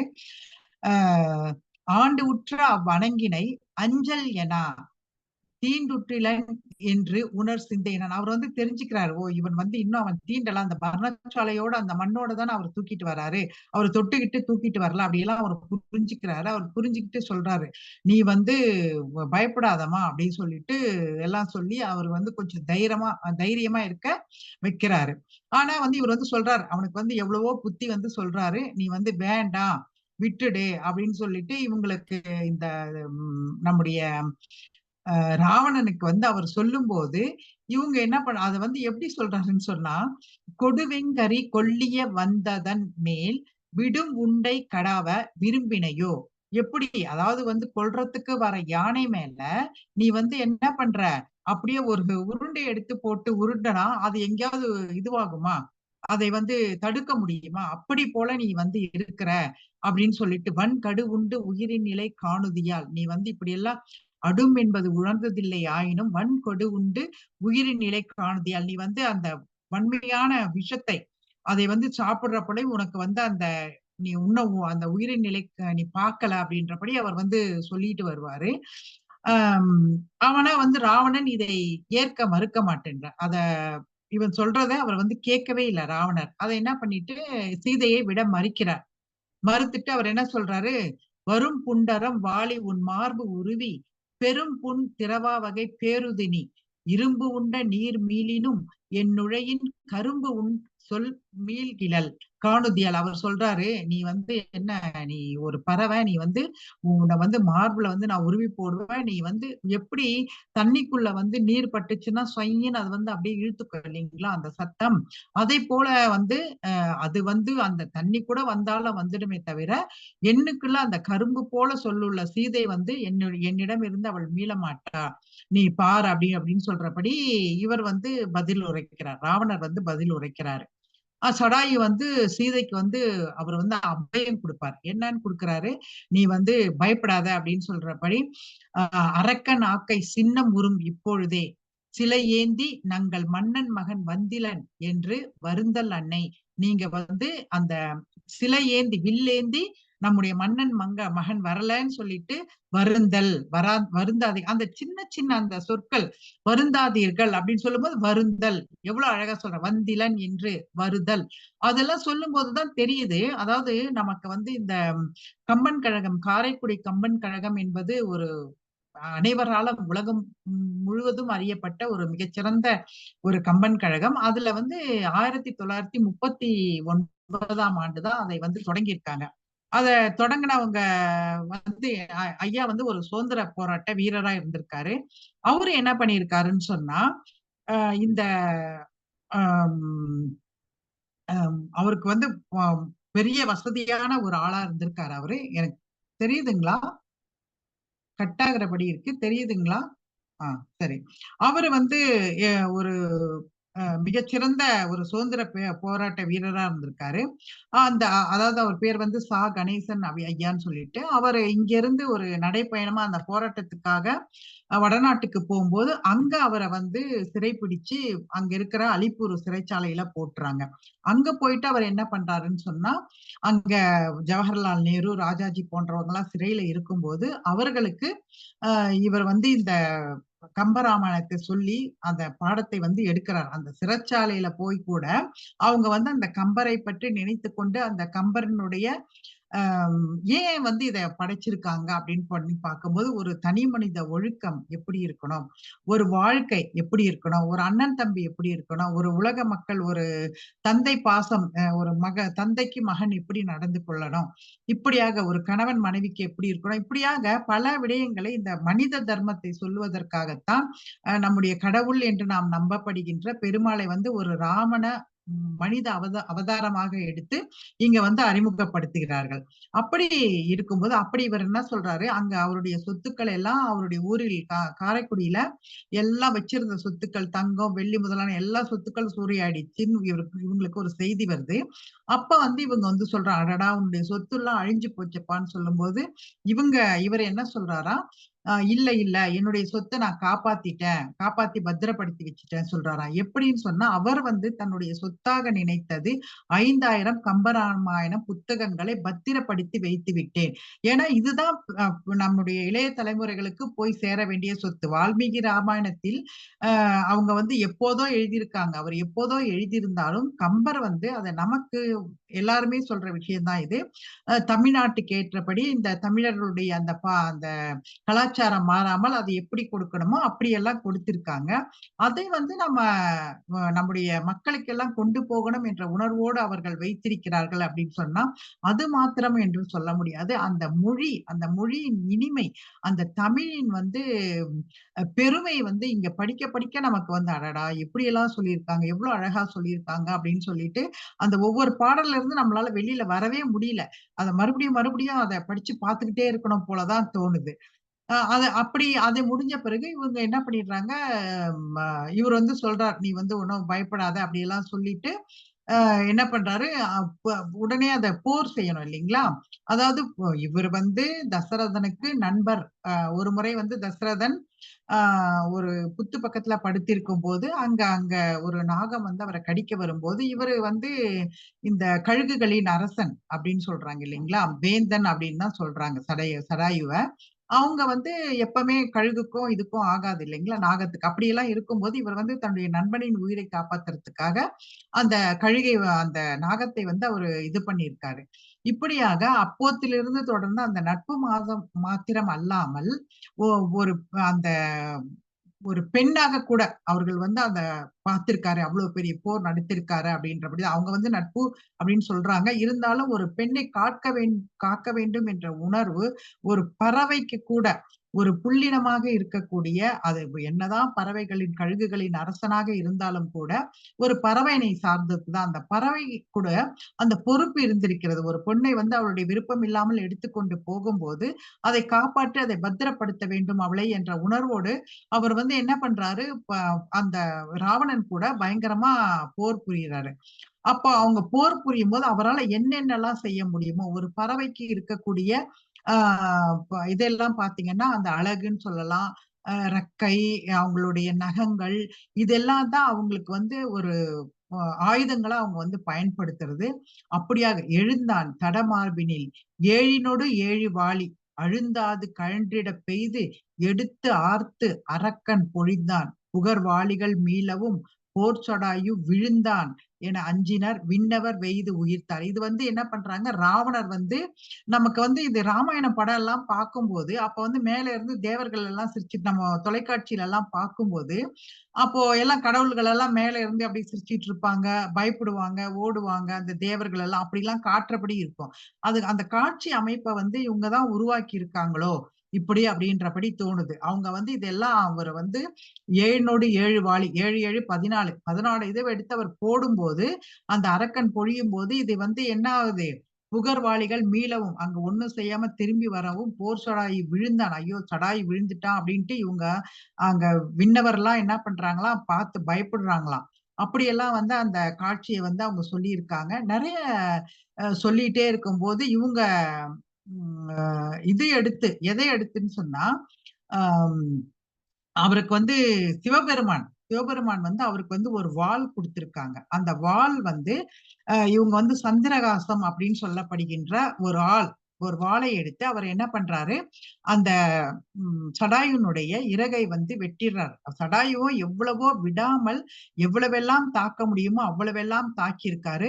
ஆனாலும் அவர் வந்து என்ன பண்ணிடுறாங்கன்னு சொன்னா, நான் கொஞ்சம் வேகமா போயிட்டு இருக்கேன், அவங்க நிறுத்துறபடியே அந்த கடைசியில அந்த இதுக்கு வரணுமே அப்படின்னு சொல்லிட்டு, அவங்க அந்த ஈமக்கடன் செய்யற இடத்துக்கு வரணுமே அப்படின்னு சொல்லி, அப்படி இவங்க வந்து முதல்ல வந்து அவங்க அம்பெய்து எல்லாம் பாக்குறாங்க. இவர் என்ன பண்ணிடுறாருன்னு சொன்னா, ராவணன் கிட்ட இருந்து அந்த அவருடைய தேரோட்டியின் தலையை வெட்டிடுறாரு, அவங்களுடைய அந்த கொடியை பிடுங்கிடுறாரு, அவங்களுடைய அந்த அவங்க போட்டிருந்த இதையெல்லாம் அணிகளை எல்லாம் கூட பிச்சு போட்டுறாரு.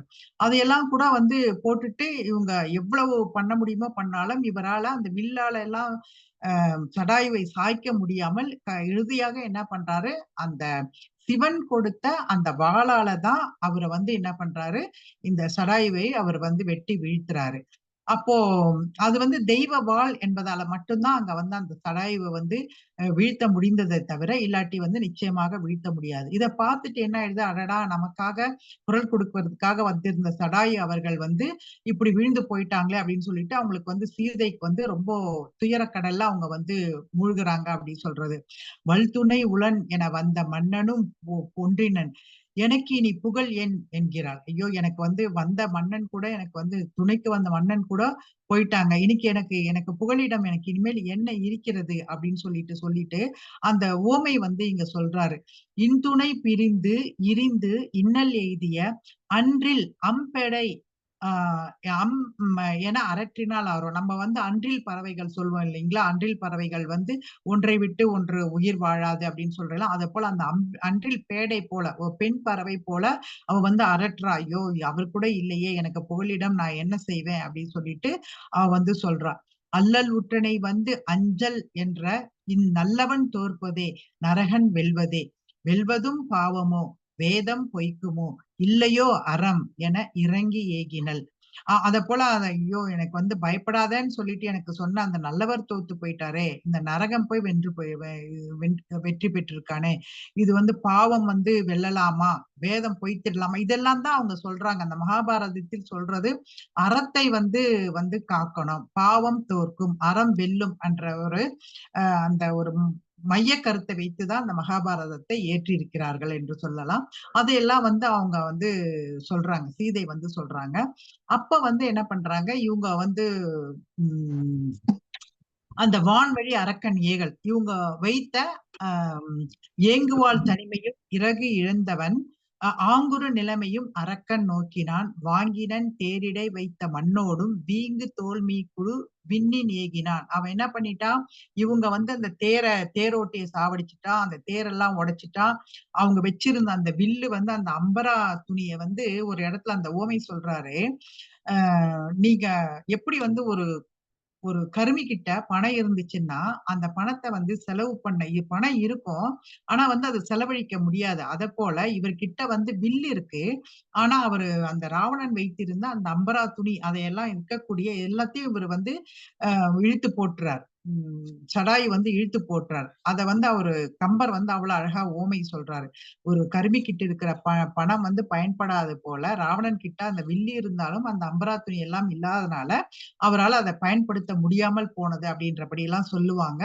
இப்படி எல்லாம் செய்த ஆனா அவங்க தேர்ல வந்து போக முடியல, தேர் உடைஞ்சு போச்சு. அதனால இவர் என்ன பண்ணிட்டாரு, அந்த வான்வழி அரக்கன் ஏகல் ராவணன் என்ன பண்றாரு, அப்படியே அவரை மண்ணோட என்ன தோல்ல வச்சு தூக்கிக்கிட்டு அந்த மரணசாலையில இருந்து எடுத்துட்டு வந்தாங்க இல்லைங்களா, அதை வச்சு மண்ணோட வைட்டு அவர் வந்து வான்ல போயிட்டு விண்ணின் ஏகினான் அப்படின்னு சொல்லிட்டு சொல்றாரு. இத பாக்குறாரு சடாயு. சடாயு பார்த்துட்டு அவ்வளவுதான், ஐயோ இனி என்ன ஆகுமோ அப்படின்னு சொல்லிட்டு சடாயு வந்து பயப்படுறாரு. அப்ப வந்து இவங்களுக்கு இந்த சமயத்துல என்ன ஆகுதுன்னு சொன்னா, நமக்கு அங்க இந்த கொண்டு போயிட்டு என்ன பண்ணிடுறாரு ராவணன், அசோகவனத்துல அந்த அரக்கியருக்கு நடுவுல போயிட்டு சீதையை போய் சிறை வச்சிடுறாரு. அந்த சமயத்துல இவங்க தேட போனாங்க இல்லைங்களா, ராவணன் மாரீசன் வந்து குரல் கொடுத்ததை கேட்டு இவர் ராமன் போகும்போது ராமன் வரலையே, நம்ம இவங்க கூட சொன்னாங்க ராமன் வரலையே அப்படின்னு சொல்லும் போது இவங்க என்ன செய்வாங்க, இந்த சீதா தான் சொல்லுவாங்க இவங்க கிட்ட, பொன்னிலை மானின் பின் தொடர்ந்து போகியவன் மண்ணிலை அறிக, அவங்க போயிட்டு அவர் போனாரே, பொன்மானை தொடர்ந்து போனாரே, அவரை போய் பாருங்க அப்படின்னு சொல்லிட்டு இலக்குவன் கிட்ட வந்து சொல்லுவாங்க அவங்க சீதாதேவி. சொல்லும் போதுதான் அவர் என்ன பண்றாரு, ஐயோ அதெல்லாம் இல்ல, அது வந்து ஒரு மாய செயல் எல்லாம் கூட சொல்லி பார்ப்பாரு. ஆனா இவங்க என்ன செய்வாங்க, நீ போறியா இல்லையா, இல்லாட்டி நான் போய் இது நெருப்பு வச்சு நான் இது பண்ணிடுவேன், ஏகாதி நின்றியனின் யான் நெருப்பின் இடை வீழ்வேன் அப்படின்னு சொல்லுவான். நீ போகாம நின்னுட்டேன்னா நான் இவர் வந்து காப்பாத்தனமே, அந்த லக்ஷ்மணன் கோடு நம்ம எப்பயும் அதை கேள்விப்பட்டிருக்கோம் இல்லைங்களா, அத போல அந்த இடத்துல வந்து காப்பாத்தனமே அப்படின்னு சொல்லிட்டு இவர் வந்து சொல்லும் போது இவங்க இல்ல நீ போறியா இல்லையா, நான் போய் நெருப்புல விழுந்துருவேன், இல்ல வந்து அந்த காட்டுல அவங்க இருக்கிறது அந்த ஆரண்ய காண்டம் காட்டுல தானே இருக்காங்க, நான் ஓடி போயிடுவேன், அதையெல்லாம் சொன்னது பார்த்து அவருக்கு அந்த மனசு இல்லாம தான் அவரு போனாரு லக்குவன். அப்ப வந்து இத வந்து ராமன் கிட்ட வந்து சொல்றாங்க. ராமனும் போய் பார்த்துட்டு அவன் வந்து அந்த பொன்மானை அம்பெய்து கொன்னுட்டு அவர் வந்து என்ன பண்றாரு, இங்க வந்து வராரு. திரும்பி வரும்போது இவங்க 2 பேரும் வந்து பாக்குறாங்க, 2 பேரை வந்து சந்திக்கிறாங்க. அப்ப சந்திக்கும் போது இவங்க என்ன சொல்றாங்க, இவங்க நடந்ததெல்லாம் சொல்றாங்க, என்னாச்சு ஏதாச்சுன்னு சொல்லும் போது இதை போல அவங்க அண்ணி வந்து சொன்னாங்க, அவரை போய் பார்க்க சொன்னாங்க, அதனால வந்து நானும் போனேன் அப்படின்னு எல்லாம் சொல்லிட்டு இலக்குவன் வந்து ராமர் கிட்ட சொல்லிட்டு அவங்க போறாங்க. போயிட்டே இருக்கும்போது அங்க அந்த தேர் சுவடு, அந்த தேரை போட்டிட்டு போன சுவடு எல்லாம் பார்த்துட்டு அதையே பின்தொடர்ந்து எல்லாம் போறாங்க. அப்ப அதையெல்லாம் பார்க்கும்போது இவங்க என்ன சொல்றாங்க, அடடா இங்க அந்த அவங்க அந்த சண்டை போட்டுட்டு அந்த வீண கொடியெல்லாம் விழுந்து போயிருக்குது, அதற்கு அப்புறம் வந்து அந்த அங்க இருக்கிறதெல்லாம் பாக்குறாரு அவரு. ராமர் எல்லாம் பார்த்துட்டு என்ன சொல்றாரு, அந்த படைக்கலன்கள்லாம் அவங்க சண்டை எல்லாம் போட்டாங்க இல்லைங்களா, அதையெல்லாம் பார்த்துட்டு இங்க பார்த்தா எவ்வளவு இது விழுந்து கிடக்குதே, 1 2 போல இல்லை, இங்க சண்டது போட்டது பார்த்தா அவ்வளவு பல இது வந்து அவங்க தலையில இருந்து, அந்த தேர்ல இருந்து, அவங்க போட்டிருந்த அணிகலன்ல இருந்து, அந்த கொடியில இருந்து எல்லாமே விழுந்திருக்கு இல்லைங்களா, அதை பார்த்த உடனே இவர் ராமர் வந்து சொல்றாரு, ஒருவனோட பொருதரர் மிக பலர் போலும் அப்படின்னு சொல்றாரு இவர் ராமன்.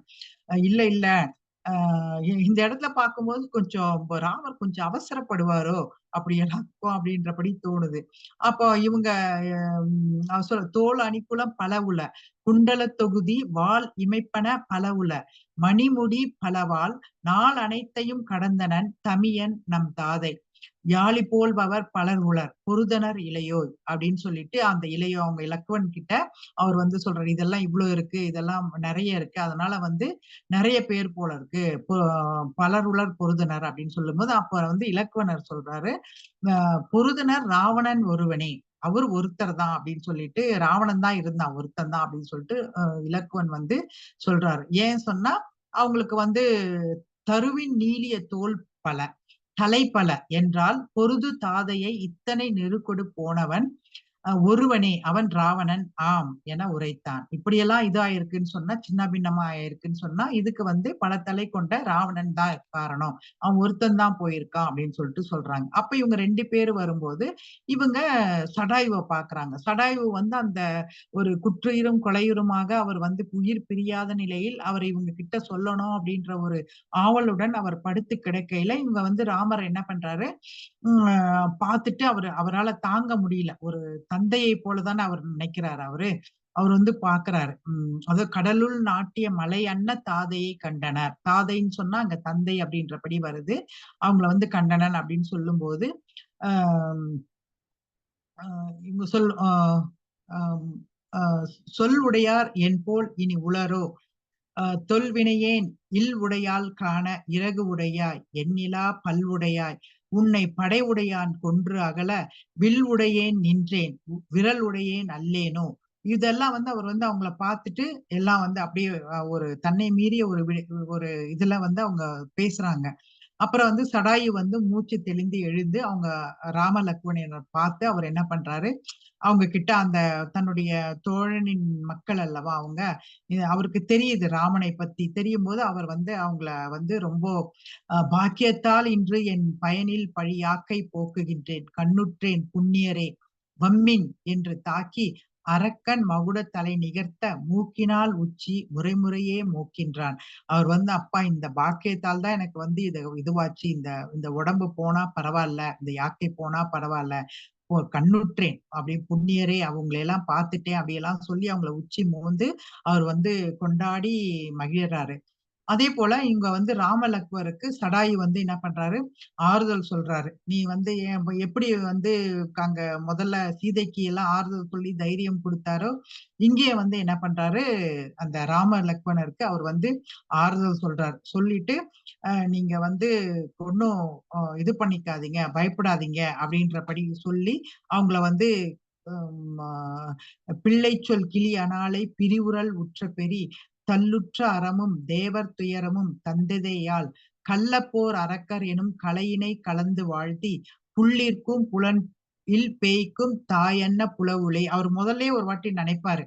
அப்ப என்ன நினைப்பாருன்னா, இது வந்து ராமனை வந்து வென்று இவங்க வந்து சண்டை போட்டு இதை வந்து கொண்டு வந்திருக்க முடியாது, சீததை கடத்தி கொண்டு வந்திருக்க முடியாது, ஏதோ ஒரு மாய செயலாலதான் இவர் அரக்கன் ராவணன் வந்து சீதையை கவர்ந்து கொண்டு வந்திருக்கிறான்னு சொல்லிட்டு அவர் ஒரு பறவை இனம் இருந்தாலும் ஒரு ஆறறிவு மிக்க மனிதர் போல யோசிச்சு சொல்லுவாரு. இதெல்லாம் இவர் வந்து இவரு சொன்னதை கேட்டோன்னா அந்த ராமருக்கு வந்து கோபம் வந்துடும். அந்த கோபத்தோட அவர் என்ன பண்ணுவாரு, சரி எப்படி இருந்தாலும் தன்னுடைய மனைவி இன்னொருத்த எடுத்து போயிருக்கான், அவன் வந்து இப்படி இது பண்ணி கூட்டிட்டு போயிருக்கான், வம்பாக கடத்தி கூட்டிட்டு போயிருக்கான்றபடி அவருக்கு அந்த கோபம் வரும்போது அப்ப சடாயு என்ன பண்ணுவாரு, அந்த ராமருக்கு கொஞ்சம் அந்த சீற்றத்தை தணிப்பார்.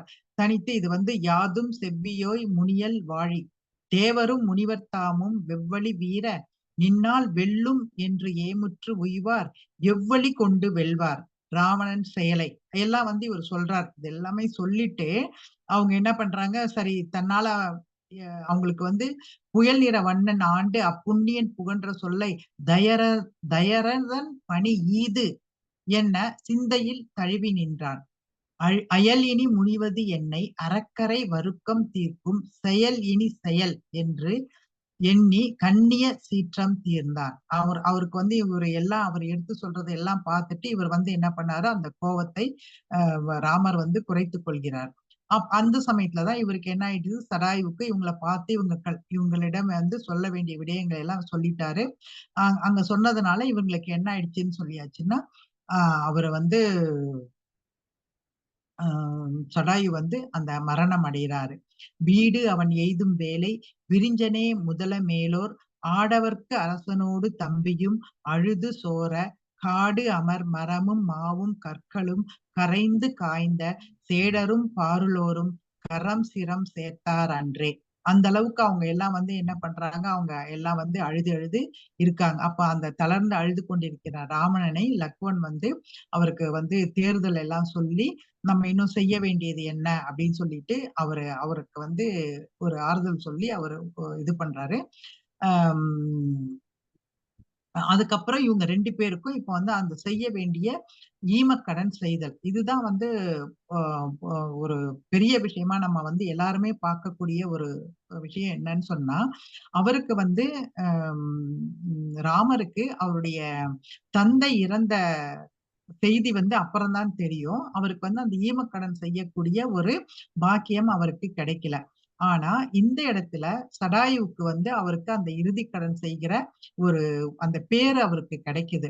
இங்க வந்து அவர் சொல்றார், அதை எப்படி செய்யறாங்க அப்படின்னு சொன்னா, இந்தனம் எனைய என்ன காரகில் ஈட்டத்தோடும் சந்தனம் குவித்து வேண்டும் தருப்பையும் திருத்தி பூவும் சிந்தினன் மணலின் வேதி தீது அற இயற்றி தென்னீர் தந்தனன் தாதை தன்னை கடக்கையான் எடுத்து சார்வான். இதுதான் அந்த ஈமக்கடன் செய்யக்கூடிய, நம்ம இப்ப கூட பார்க்கிறோம், மிக பெரியவர்கள்லாம் இறந்து போகும்போது நம்முடைய நாட்டின் பிரதம மந்திரி அதை போல வந்து நாட்டுக்கு ஒரு முக்கியமான தலைவர்கள் எல்லாம் இறந்து போகும்போது நமக்கு இன்னும் கூட அந்த சந்தனத்தை எல்லாம் வைத்து எரிக்கிறதோ இல்லை அதோட வைத்து மூடி புதைக்கிறதோ அப்படியான பழக்கங்கள் இருக்கு இல்லைங்களா. அதையெல்லாம் இப்படி இதையெல்லாம் பார்த்துதான் வந்திருக்குமோ அந்த பழக்கம் அப்படின்னு தோணுது.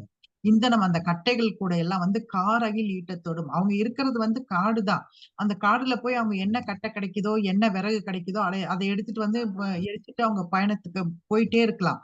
ஆனா அவங்க அந்த தந்தைக்குரிய மரியாதையை கொடுத்து, சரிங்க, அந்த தந்தைக்குரிய மரியாதையை கொடுத்து அவங்க என்ன பண்றாங்க, அந்த அகிலோடும் அந்த சந்தனம் இதையெல்லாம் குவித்து வைத்து பொதுவா வந்து அந்த ஈமக்கடன் எல்லாம் செய்யும் போது அந்த தர்பைப்புல் தான் ஒரு முக்கியமான ஒரு இடத்தை வகிக்கும்.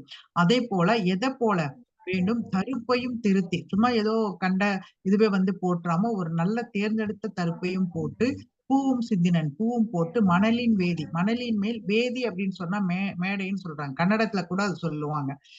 பேசும்போது வேதியின் மேல் அமர்ந்திருக்கின்ற அப்படி எல்லாம் சொல்லிட்டு சொல்லுவாங்க. அப்ப இந்த இடத்துல வந்து அது அந்த ஒரு பழைய பழந்தமிழ்ல இருக்கிற கன்னடம் எல்லாம் பார்த்தா அது ஒத்து வரும். அத போல இங்க வந்து மணலின் வீது தீது அறை ஏற்றி, எந்த ஒரு இதுவும் இல்லாம நல்லபடியா அதை மணலின் மேடை போட்டு தென்னீர் தந்தன நல்ல தண்ணியெல்லாம் போட்டு அதை வந்து போட்டு அவங்க தாதை தன்னை தடக்கையான் எடுத்து சார்வான். அவருடைய தாதை அந்த தந்தையாக நினைக்கிற அவங்கள வந்து தடக்கையா நீண்ட கட்டுடைய அந்த ராமனை வந்து எடுத்து ஏந்தினன் இருக்கை தன்னால் ஏற்றினன் ஈமம் தன்மேல் சாந்தொடு மலரும் நீரும் சொரிந்தனன் தலையின் சாரல் காந்து ஏரி கஞ்சல மூட்டி கடன்முறை கடவா வண்ணம் நேர்ந்தனன் நிரம்பும் நல் நூல் மந்திர நெறியின் வல்லான். இப்படியாக அவர் என்ன பண்றாரோ அந்த எப்படியாக முறையாக அந்த ஈம கடன் எல்லாம் செய்ய வேண்டுமோ அப்படியாக செய்து அவர் வந்து தன்னுடைய தந்தையும் மேலாக அவர் அந்த இடத்தில் வந்து நினைத்து அந்த செய்ய வேண்டிய அதுதான் ஒரு மனித தர்மம் அப்படின்றது வந்து தனக்கு ஒரு நன்றி செய்தவர்களை மறக்காமல் அவர்கள் வந்து இவரும் அவங்க மேல எந்த அளவுக்கு அது சீதையா இருந்தாலும் இல்ல வேறு எந்த பெண்ணா இருந்தாலும் நிச்சயமாக அங்க வந்து அந்த சடாயு என்பவர் காப்பாற்றுவதற்கான ஒரு முயற்சி எடுத்திருப்பார் என்றுதான் தோன்றுகிறது. அதே போல இங்க வந்து தனக்கு உதவியவர்கள் அது ஒரு மனிதனாக இல்லாமல் ஒரு புள்ளினமாக இருந்தாலும் கூட அதற்கு ஒரு முக்கியத்துவம் கொடுத்து அவர்களுக்கு வந்து ஒரு தந்தைக்கு செய்ய வேண்டிய கடனை போல செய்து சென்றிருக்கிறார்கள் என்பதை வந்து நம்ம புரிந்து கொள்ள முடிகிறது. ஆஞ்சநேயர் ஒரு விலங்காக இருந்தாலும் ஆஞ்சநேயரையும் நமக்கு வந்து ஒரு மிகச்சிறந்த ஒரு பக்தனாக அல்லாமல் ஒரு எல்லாம் அறம் தெரிந்த ஒரு மனிதராக போலதான் நமக்கு அவங்க சொல்லக்கூடிய தோற்றத்தில் நாம் புரிந்து கொண்டிருப்போம். அதே போன்று இங்கு ஒரு சடாயு என்று ஒரு பறவையாக பார்க்காமல் ஒரு உளம் சார்ந்த அந்த உளத்தின் உள்ள நல்லது கெட்டது சரி தப்பு கோபம் வீரம் எல்லாமும் எதிரொலிக்கிறபடியாக அந்த சடாயு பாத்திரத்தை உருவகப்படுத்தி வெகு சிறப்பாக இங்கு கொடுத்திருக்கின்ற கம்பரை வணங்கி எனக்கு வாய்ப்பளித்த உங்களுக்கும் என்னுடைய வணக்கத்தை தெரிவித்து என்னுடைய உரையை நிறைவு செய்கிறேன். நன்றி, வணக்கம். நன்றி அம்மா. மிகவும் அருமையான ஒரு உரையை நிகழ்த்தி இருக்கின்றீர்கள். உங்களுடைய சிறப்பான உரைக்கு வெள்ளி இலக்கிய மேடை நன்றி கூற கடமைப்பட்டிருக்கிறது. தங்களுடைய கருத்துக்களுக்கும் தங்களுடைய உரைக்கும் இப்பொழுது தன்னுடைய கருத்துக்களை பகிர்ந்து கொள்வதற்காக ஐயா நெல்லை தீபன் அவர்களை அன்போடு அழைக்கிறேன். மீண்டும் வணக்கம். இரண்டு பேச்சாளர்களும் மிக அருமையாக பல பணிகள் இருந்தாலும் கூட சாந்தா அம்மா இன்று வேறு ஒரு பணி இருந்த காரணத்தால் கொஞ்சம் தாமதமாக வருவேன் என்றார். ஆனால் சரியான நேரத்திற்கு வந்து விட்டார்கள். இருவருமே சரியான நேரத்திற்கு முடித்து எங்களுக்கு உதவி செய்தார்கள். இதுதான் இங்கே பங்கேற்பவர்களும் நிகழ்ச்சிக்கு வருபவர்களும் கம்பராமாயணத்தை பேச வேண்டும், அந்த இனிமையான தமிழை ரசிக்க வேண்டும் என்பதுதான் வெள்ளி இலக்கிய மேடையினுடைய நோக்கம். தேன்மொழி அம்மா நல்லா ஆரம்பிச்சாங்க. எங்கடா எங்கடா போற, எங்க தூக்கிட்டு போறாங்க, அந்த அடாங்கிற வார்த்தையெல்லாம் அப்படியே கம்பன்ல இருக்குது. ஒரு கம்பராமாயணத்தை நாடக காப்பியம் என்று சொல்வார்கள். என்று அம்மையாருடைய பேச்சும் ஒரு நாடகம் போலவே இருந்தது. இந்த சடாயு உயிர் நீத்த படலத்திலே சடாயு சீதைக்கு ஆறுதல் சொல்கிறார், ராவணனுக்கு அறிவுரை சொல்கிறார். அவனிடம் உண்மையை சொல்லி புரிய வைக்கிறார். அவளை விட்டுவிடு என்று கேட்கிறார். அம்மா கூட அந்த வழியை இங்கே குறிப்பிட்டார்கள். இரும்பு உண்ட நீர் மீளினும், ஒரு பழுக்க காய்ச்சின இரும்புல ஒரு சொட்டு தண்ணி விட்டா சுடுன்னு ஒரு சத்தம் கேட்கும், அந்த தண்ணி மறைஞ்சிடும். அந்த தண்ணி கூட வந்துருவான். என்னுலையின் கரும்பு உண்ட சொல் மீள்கிழு. இப்ப நான் பிடிச்சு வச்சிருக்கேன்ல சீதை, அவ எப்படியாப்பட்டவள்? இனிமையான சொல்லை பேசுபவள், இனிமையான மொழியை பேசுபவள் என்று சொல்வதற்கு பதிலாக கரும்பு உண்ட சொல் மீள்கிழல், அவளை நான் அனுப்ப மாட்டேன் அப்படின்னு சொல்றான். அதெல்லாம் ரொம்ப அருமையான சொல்லாட்சி. ஐயா கையாரிடம் அவர்களோடு சொல்லிக் கொண்டிருந்தேன் இந்த வரிகளை. பிறகு அவன் சடாயு சொல்கிறான், கொடு வெங்கரி கொள்ளிய வந்ததன் மேல் விடும் உண்டை கடாப விரும்பினை. ஒரு கோபம் கொண்டு ஒரு யானை, மத யானை வருகிறது உன்னை கொள்வதற்கு, நீ ஒரு மண் உருண்டை அது மேல வீசுறியடா. உண்டை என்றால் மண் உருண்டை. ஒரு இரும்பு உண்டையை வீசினா கூட கொஞ்சம் வலிக்கும். வெறும் மண் உருண்டை அது மேல வீசினா என்ன ஆகும்? கடாவை என்றால் வீசுவது. கடாவை விரும்பினங்க. அடும் என்பது உணர்ந்திலையாயினும் வன் கடு உண்டு உயிரின் நிலை காணுதியாள் என்றால், கடு என்றால் நஞ்சு. துன்பம் வரும் என்பதை நீ உணரவில்லை. நீ எப்படிப்பட்டவன் என்றால், விஷத்தை அருந்தினால்தான் உயிர் போகும், அதற்கு பிறகுதான் உணர்வாய் போல இருக்கிறது என்று சொல்வான் சடாய். அருமையாக சொல்வான். அது பிறகு இன்னொரு வார்த்தை சொல்வான், இம்மைக்கு உறவோடு இருந்து அழியும். இந்த பிறன்மனையை நோக்குபவர்களுக்கு என்ன நடக்கும் என்றால், அவர்கள் அழிவது மட்டுமல்ல, அவருடைய உறவினர்களும் அழிந்து விடுவார்களாம் இந்த இந்த பிறவியிலே. இம்மைக்கு உறவோடும் இறந்தழியும். வெம்மை தொழில், வெம்மை தொழில் என்றால் பிறன்மனை நோக்குவது. இங்கு இதன் மேல் இலையால் அம்மைக்கு அருமா நரகம் தருமாள். இது மாத்திரமல்ல, மறுபிறவியிலும் நரகத்தை கொடுக்கும் உனக்கு. எம்மைக்கு இதமாக இது எண்ணினை நீ, இதுல நல்லது இருக்குன்னு எப்படி நீ நினைக்கிறேன்னு சொல்லி சடாயு கேட்கிறான் ராவணன்ட்ட. இதுல திருமூலர் ஒரு பாட்டு சொல்லுவார், ஆத்த மனையாள் அகத்தில் இருக்கவே காத்த மனையாளை காமுறும் காளையர். ஆத்த மனையாளுங்கிறது மனைவி, காத்த மனையாளுங்கிறது வேற. காத்த மனையாளை காமுறும் காளையர் காய்ச்ச பலாவின் கனி உண்ண மாட்டாமல் ஈச்சம்பழத்துக்கு இடருற்றவாறு. பலாப்பழத்தை சாப்பிடாம ஈச்சம்பழத்தை போய் அதுக்கு போய் துன்பப்பட்டு கொண்டிருக்கிறானே என்று திருமூலர் சொல்வார். ஆனால் நாலடியார் கொஞ்சம் கடுமையாகவே இதை சொல்லும். காணில் குடி பழியாம், பார்த்தாலே குடிக்கு ஒரு பழி வந்துவிடும். அந்த மாதிரி ஒரு பழக்கம் இருப்பவனிடம் அந்த அந்த குளத்துக்கே ஒரு இழுக்கு வந்து விடும் என்று சொல்கிறார். கை ஊரில் கால் குறையும். ஒரு காலை வெட்டிடுவான், அரசன் வெட்டுவான், அல்லது இப்போ எங்க ஊர்ல எல்லாம் அவங்களே மக்களே வெட்டிடுவாங்க. மானின்மை செய்யுங்கால் அச்சமாம். அப்படிப்பட்ட ஒரு ஒரு பிறன்மனையை நோக்குவது என்ற காரியத்தில் இறங்குகிற போது எத்தனை பயமாக இருக்கும், எவ்வளவு அச்சம் இருக்கும். பெருமை இல்லாத செயல். மானின்மை செய்யுங்கால் அச்சமாம். நீள் நிறைய துன்பம் பயக்குமாம். கொஞ்சம் துன்பம் இல்லை, நிறைய துன்பம், நீண்ட காலத்துக்கு துன்பம். நீள் நிறைய துன்பம் பயக்குமாம். துச்சாரி, துஷ்டனே என்று சொல்லும் நாலடியார். துச்சாரி, நீ கண்ட இன்பம் எனக்கு இணைத்தாக்கூறு. நீ அது அவ்வளவு மீறி என்னப்பா உனக்கு அதுல இன்பம் கிடைக்குது சொல்லுப்பா எனக்கு அப்படின்னு சொல்லி நாலடியார்ல ஒரு அருமையான பாட்டு உண்டு. இது ரொம்ப ஒரு அருமையான உவமை சொல்வாரு. ஒரே பாடல்ல 3 உவமை சொல்வாரு. ஒரு சூளத்தை தூக்கி எறிகிறான் ராவணன். அது சடாயு மேல் படாம ராவணன்கிட்டே திரும்பி வந்துடுது. அதுக்கு 3 செய்தி சொல்வார். பொன் நோக்கியர்தம் புலன் நோக்கிய புன்கணோரும். புன்கணோர்னா வறியவர்கள். வறியவர்கள் பொன் நோக்கியர்னா விலைமகள். வறியவர்கள் விலைமகளினுடைய புலன் இன்பத்தை அனுபவிக்க வேண்டும் என்று செல்கிற போது அவர்களுக்கு அனுமதி கிடையாது, அவர்களை திருப்பி அனுப்பி விடுவார்கள். அதை போல திரும்பி வந்ததாம். இல் நோக்கியர் இல்பழி எய்திய நல் விருந்தும். ஒரு வீட்டுக்கு விருந்தினராக செல்கிறோம், அவர்கள் முகத்திலே புன்னகை இல்லை, நல்ல இனிமையான மொழி இல்லை என்று சொன்னால் நாம் திரும்பி விடுவோம். அதை போல திரும்பி வந்ததாம். அடுத்ததாக சொல்லுகிறார், தன் நோக்கிய நெஞ்சுடை யோகியர் தம்மை சார்ந்த மென்னோக்கியர் நோக்கமும். ஒரு முனிவர் தவம் செய்து கொண்டிருக்கிறார்.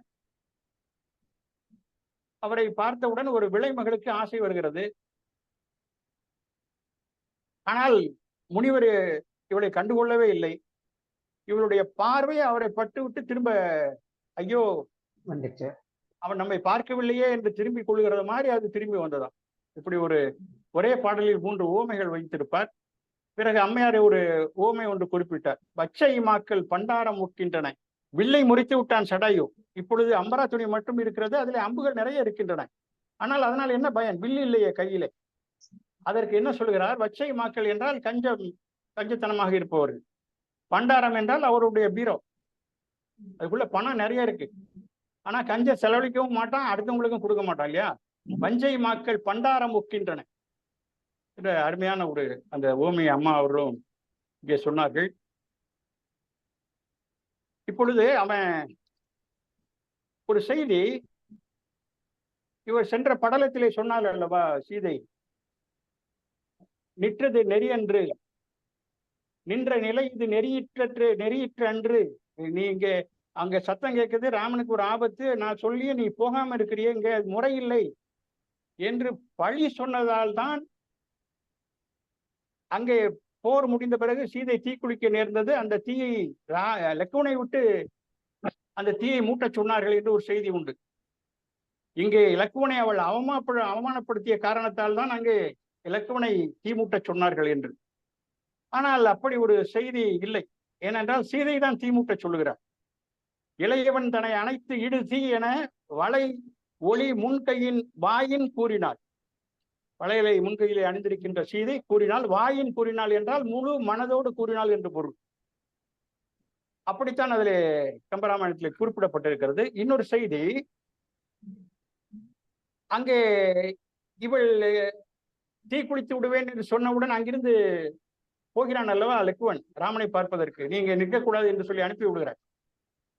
அப்படி போகிற போது முதல் முறையாக லக்குவன் ராமனை சந்திக்கிறான். ராமன் அப்பொழுது ஒரு வார்த்தை சொல்கிறான், வந்தாய் திறத்தில் உளதென்று குற்றம். நீ இப்பொழுது அவள் சொல்லிவிட்டாள் என்று நீ இங்கே வந்தாய். நான் உனக்கு ஆணையிட்டு இருந்தேன் அங்கிருந்து வரக்கூடாது என்று சொல்லி, அப்படியும் வந்து விட்டாய். அப்படி நீ வந்ததனால் உன்மேல் தவறில்லை. வந்தாய் திறத்தில் உளதென்ற குற்றம், லக்குவன் மேல் தவறில்லை. மடவாள் மறுக்கும் உருவால் சிந்தா குலத்தோடு கூட செய்த செய்கை அது தீரும் என்று தெளிவாய்.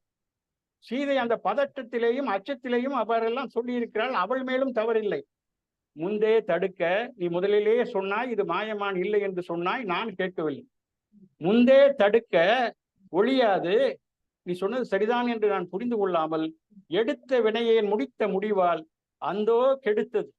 நான் அல்லவா கெடுத்து விட்டேன், நான் அல்லவா குற்றம் இழைத்தேன் என உண்ணி அழியாத உள்ளம் அழிவான். அப்படி உருகுகின்றான் ராமன். இதைத்தான் வள்ளுவர் சொல்வார், தன் குற்றம் நீக்கி பிற குற்றம் காண்கிற் பின் என் குற்றமாக இறைக்கு என்று சொல்வார். அது இன்னொரு செய்தி, சடாயுவோட தந்தையருடைய ஒரு நிலையில் இருந்து அறிவுரை சொல்கிறான், உள்ளதை சொல்கிறான், முகஸ்துதிக்காக சொல்லவில்லை. சடாயு ராமனுக்கு கோபம் பீரிட்டு வருகிறது. ராவணன் இப்படியெல்லாம் போர் கொடுத்தான் என்னுடைய என்றெல்லாம் சடாயு சொல்கிற போது அவனுக்கு கோபம் வருகிறது. பெண் தனி ஒருத்தி தனை, ஒரு பெண் தனியாக இருந்த போது பேதை வாழ் அரக்கன் பற்றி கொண்டான் கொண்டனன் ஏக. அந்த அரக்கன் வந்து அவளை சீதையை பற்றி கொண்டு போகும்போது நீ கோளுற நீ வந்து தடுக்கிற போது புழுங்கல் செல்லா என் திசை இறுதியான உலகங்கள் இவற்றை நீ இவ்வளவு போரிட்டு உன்னை கொடுமைப்படுத்தினானே, முன்னே கண்ட வானவர்களோடும் தலையுமாறு என்று தாண்டி நான் இந்த உலகத்தையே அழித்து விடுவேன், இப்படி ஒரு தீமை நடந்த காரணத்தினால் என்று ராமன் சீற்றம் கொள்கிற போது சடாயு சொல்லுவான், இது யாரு தப்புடா, நீ உலகத்தை ஏன் அழிக்கிற, யாரு தப்பு? வம்பு இலை கொங்கை வஞ்சி வனத்திடை தமியல் வைக. சீதை அங்கே தனியாக இருக்கின்ற போது கொம்பு இலை மானின் பின் போய் குளப்பலி கூட்டிக் கொண்டீர். நீ மான தேடி போறேன்னு போயிட்டு குளத்துக்கே பழியை சேர்த்து விட்டாய் நீ, இது உன்னுடைய தவறு. அம்பு இலை வரிவில் செங்கை ஐயன் மீன், லட்சுமணனையும் சேர்த்துதான் சொல்கிறார். கையில் வில்லை வைத்துக் கொண்டிருப்பவர்களே ஆயும் காலை, இதையெல்லாம் ஆராய்ச்சி செய்து பார்க்கிற போது உம் பிழை என்பதல்லால் உலகம் பிழையும் உண்டோ என்று ஒரு தந்தை ஸ்தானத்தில் இருந்து, இது நீங்கள் செய்த பிழைதானே தவிர உலகம் செய்த பிழை அல்ல, இதற்காக நீ ஏன் உலகத்தின் மேல் கோபம் கொள்கிறாய், அதனை அழிக்க பார்க்கிறாய் என்று ஒரு தந்தை எப்படி தன்னுடைய மகனை கண்டிப்புடன் வளர்ப்பாரோ அதை போல சொல்கிற இடங்கள் எல்லாம் மிகவும் அருமையாக இருக்கும். இரண்டு பேச்சாளர்களும் மிக அருமையாக இங்கே உரையாற்றினார்கள். வெள்ளி இலக்கிய மேடையின் சார்பாக அந்த இரண்டு பேர்களையும் நான் பாராட்டுகிறேன், நன்றி கூறுகிறேன். நேரத்திற்கு வந்து ஆரம்பித்ததுதான் அருமை. இரண்டு பேரும் கொஞ்சம் வேலை இருக்கிறது என்று சொன்னார்கள், இருந்தாலும் கூட சரியான நேரத்திற்கு வந்து இங்கே கலந்து கொண்டு உரையாற்றினார்கள். அவர்களுக்கு எங்களுடைய நன்றியை தெரிவித்துக் கொள்கிறேன். ஐயா கேஜிஆர் ஐயா தங்களுடைய கருத்தை சொல்லலாம்.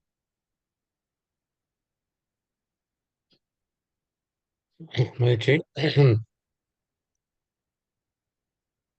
இன்றைய நிகழ்ச்சிக்கு தமிழ்தாய் வாழ்த்து பாடிய ரமணி பாலசாமி அம்மையார் அவர்களுக்கும், இந்த நிகழ்ச்சிக்கு நெறியாள்கை நிகழ்த்தி கொண்டிருக்கின்ற நண்பர் பொதிய செல்வராஜ் அவர்களுக்கும்,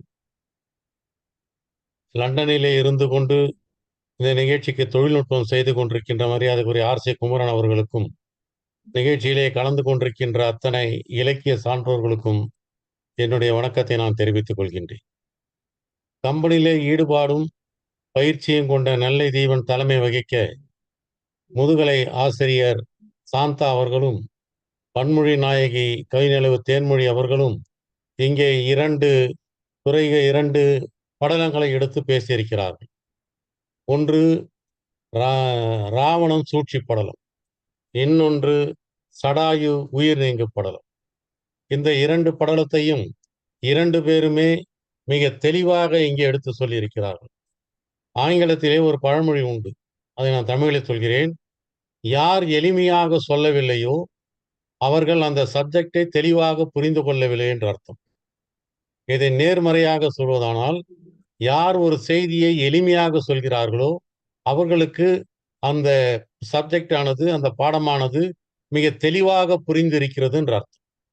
ஆகவே தேன்மொழி அவர்களும் சாந்தா அவர்களும் 2 படலங்களையும் மிக தெளிவாக படித்து வைத்திருந்த காரணத்தினால் மிக எளிமையாக இங்கே நாம் புரிந்து கொள்ளக்கூடிய வகையிலே இங்கே சொல்லியிருக்கின்றார். இந்த 2 படலங்களும் ஒரே படலம். சொன்னால் ஆச்சரியப்படுவீர்கள். ராவணன் சூழ்ச்சி படலமும் சடாயு உயிர் நீங்கு படலமும் ஒரு காலத்திலே ஒரே படலமாக இருந்தது. சடாயு உயிர் நீங்கு படலத்திற்கு முன்னாலே தான் அந்த படலம் இருந்தது. இது 2 படலமாக பின்னாலே தான் ஆக்கி வைத்தார்கள். நான் கூட நினைத்து பார்ப்பதுண்டு, ராவணன் சூழ்ச்சி படலம்தான் ராவணன் வீழ்ச்சி படலத்துக்கு தொடக்கமாகவே அமைந்திருக்கிறது. அவன் சூழ்ச்சி செய்யாமல் இருந்திருந்தால் அவன் வீழ்ச்சி அடையாமல் இருந்திருப்பான். ஆனால் அவன் சூழ்ச்சி செய்ததற்கு ஒரு முக்கியமான காரணம் என்னவென்று சொன்னால், தன்னுடைய தங்கையை அவமானப்படுத்தியவனை நாம் போர் தொடுக்க வேண்டும் என்ற எண்ணம் அல்ல. சூர்பனகை ரொம்பவும் கெட்டிக்காரியாக செயல்பட்டிருக்கிறார். எப்படி செயல்பட்டிருக்கிறாள் என்று சொன்னால், ராவணனிடத்திலே போய் ராவணனுக்கு எது உகந்ததோ அதை சொல்லி, என்னுடைய மூக்கை ஏன் அறுத்தார்கள், என்னுடைய உறுப்புகளை ஏன் அறுத்தார்கள் என்று அவள் தன்னை பற்றி சொல்லியிருந்தால் கவலைப்பட்டிருக்க மாட்டான். ஆனால் அவள் என்ன சொல்லியிருக்கிறாள், அண்ணா உனக்குரிய சீதையை எடுத்து கொண்டு வர வேண்டும் என்று ஆசைப்பட்டேன், அதனாலே தான் எனக்கு இந்த நிலைமை நேர்ந்தது என்று சொல்லி, இது ராவணனுடைய இடத்திலே அந்த பந்தை அவனிடத்திலே போட்டுவிட்டு அவள் ஒதுங்கி விட்டாள். ஆனால் இந்த ராவணனுக்கு சீதை மீது ஏற்பட்ட ஒரு மோகம் ஒரு சூழ்ச்சி படலமாக அவனை வீழ்ச்சி அடைய செய்திருக்கிறது. அந்த சூழ்ச்சி படலத்தில் ஒரு அருமையான வரியை கம்பன் எழுதியிருப்பான். அதை பாரதி கூட பின்னாலே பாஞ்சாலி சபதத்தில் எழுதியிருப்பான். ராவணன் சொல்லுவான், அவனுக்கு எப்போதுமே ஆங்காரம் அதிகம். ராவணனுக்கு இருக்கக்கூடிய அடிப்படையான குணத்திலே ஒன்று ஆங்காரம், காமம். இது 2மே அதிகம். கும்பகர்ணன் கூட ஒரு இடத்துல சும்மா பேசுவது மானம், இடை பேணுவது காமம், பூசுவது மானிடரேன்வான். அது மாதிரி அவனுக்கு ஆங்காரம் அதிகம். அதனால்தான் தாயுமானவர் சொல்லுவாரு, ராவணாங்காரம்னுவார். ஆங்காரத்தின் உச்சக்கட்டம் எது என்று சொன்னால் ராவணனுடைய ஆங்காரம் தான் உச்சக்கட்டம், ராவணாங்காரம் என்பார். அந்த ராவண ஆங்காரம் என்பது மிக தெளிவாக வெளிப்பட்ட ஒரு இடம் சூழ்ச்சி படலம். அவன் தபஸ்யாகத்தான் வருகின்றான். அரக்கனை பற்றி சீதை கொஞ்சம் குறைவாக பேசிவிட்டாள் என்பதனால் உடனே அவனுக்கு ஒரு ஆக்ரோஷம் வந்து விடுகிறது, ஒரு ஆங்காரம் வந்து விடுகிறது. அவன் சொல்றான், மேருவை பறிக்க வேண்டின், விண்ணினை இடிக்க வேண்டின், நீரினை கலக்க வேண்டின், நெருப்பினை அவிக்க வேண்டின், பாரினை எடுக்க வேண்டின், பலவினை சில சொல் ஏழாய். பலவினைனா எப்பேற்பட்ட வினையாக இருந்தாலும் யாரென கருதி சொன்னாய், ராவணனுக்கு அரியதில்லை என்று அவன் சொல்லுவான். இப்படி தன்னை பற்றி ஒரு ஆங்காரத்தோடு இருந்தவன் ராமன் அந்த படலத்திலே அதை அவன் காட்டிக்கொண்டே இருப்பான். மற்றவர்கள் சொல்வது மட்டுமல்ல, ராவணன் தன்னை பற்றியே பல இடங்களிலே இப்படி சொல்லிக்கொண்டே இருப்பான். அது அதிகமாக வெளிப்பட்ட படலங்களிலே ஒன்று இந்த ராவணன் சூழ்ச்சி படலமாகும். இந்த படலத்திலே அவன் சொல்லுவான், சீதை, உன்னை நான் ரொம்பவும் என்னுடைய 10 தலைக்குள்ளே வைத்துக் கொண்டிருப்பேன், ஒவ்வொரு தலையிலும் வைத்து உன்னை பாதுகாப்பேன், இந்த உலகத்தின் செல்வங்களுக்கெல்லாம் உன்னை உரியவளாக ஆக்கி காட்டுகிறேன் என்று சொல்லுகின்ற பொழுது சீதை சொல்லுகிற மாதிரி ஒரு வரியை கம்பன் எழுதியிருப்பான். ஒரு அழகான உவமை. அவள் சொல்லுவாள், புவி உடை ஒழுக்கம் நோக்காய். இந்த பூமியிலே இருக்கக்கூடிய எந்த ஒழுக்கத்தையும் நீ பார்த்தது கிடையாது. பொங்கேரி புனல் புனிதர் ஈயும், அதாவது வேள்வியிலே இருக்கக்கூடிய அவியை நாய் வேட்டன்ன. இந்த அவி என்பது தேவர்களுக்கு உரியது. இந்த புனிதர்கள் கொடுக்கக்கூடிய அந்த அவியானது தேவர்களுக்கு உரியது. அந்த அவியை நாய் விரும்புகிற மாதிரி நீ விரும்பிக் கொண்டிருக்கிறாயே என்று மிக கேவலமாக ராவணனை பற்றி அவள் சொல்லி இருக்கக்கூடிய ஒரு உவமை. இந்த உவமையைத்தான் பாஞ்சாலி சபதத்திலே கூட பாரதி கையாண்டிருக்கிறான் என்று நான் கருதுகின்றேன். அதே மாதிரி இந்த சடாயு உயிர் நீங்கு படலம், அதை சடாயு வதைப்படலம் என்று ஒரு இடத்தில் எழுதியிருந்தார்கள். ஆனால் அதை பின்னாலே மாற்றி சடாயு உயிர் நீங்கு படலம் என்று ஆக்கிவிட்டார். ஏனென்று சொன்னால் தாடகை வதைப்படலம், வாலி வதைப்படலம், அக்கமாயன் வதைப்படலம், இந்திரஜித் வதைப்படலம், ராவணன் வதைப்படலம் என்றெல்லாம் வரும். ஆனால் சடாயு வதைப்படலம் வரக்கூடாது, அது உயிர் நீங்க படலமாகத்தான் வர வேண்டும் என்று இப்பொழுதெல்லாம் எல்லா பதிப்புகளிலும் சடாயு உயிர் நீங்க படலம் என்று வரும், அல்லது சடாயு மோட்ச படலம் என்று வரும். இதற்கு என்ன காரணம் சொன்னார் ஆசா ஞான சம்பந்தம் பெரும்பளவர் என்று சொன்னால், அவர் சொல்கின்றார், அறம் சார்ந்து போரிட்டு மடிகிறவர்களுக்கு வதை என்று சொல்லக்கூடாது. அறத்தை எதிர்த்து அறம் சாராமல் போரிடுகிறார்கள் பாருங்கள், தாடகை, ராவணேஸ்வரன், வாலி, இவர்களெல்லாம் அறம் சாராமல் போரிடுகிறவர்கள். அவர்கள் அறத்தின் வழி நிற்கவில்லை, அதர்மத்தின் வழி நின்று போரிடுகிறார்கள். ஆகவே அவர்களுடைய இறப்பையெல்லாம் வதைப்படலம் என்று சொல்ல வேண்டும். இப்படி தர்மத்தை சார்ந்து போரிடுகின்றவருடைய இறப்பினை உயிர் நீங்க படலம் அல்லது மோட்சம் அடைந்த படலம் என்று சொல்ல வேண்டும் என்று பெரும்புலவர் ஆசா ஞான சம்பந்தம் அவர்கள் இங்கே சொன்னதை இங்கே நான் பதிவிடுகின்றேன். சடாயினுடைய படலத்திலே இருந்து ஒரு அழகான பாடலை கூட நம்முடைய நல்ல தீபன் எடுத்து சொன்னார். பொன்னோக்கியர் தம் புலநோக்கிய புண்கனார். இந்த பொண்ணுக்காக ஆசைப்படுகின்றவரிடத்திலே பொன்னில்லாத ஒருவன் போய் நிற்கிறான். இந்நோக்கியர் இல் போனவன் திரும்பி வருகின்ற விருந்தினர்கள், அதாவது போகின்ற பொழுது, அதாவது மோப்பக்குழை அணிச்ச முகந்திருந்து நோக்கக்குழையார் விருந்து என்கிற மாதிரி பின்னோக்கி இந்நோக்கியர் இல் வழி எய்திய நல்விருந்து.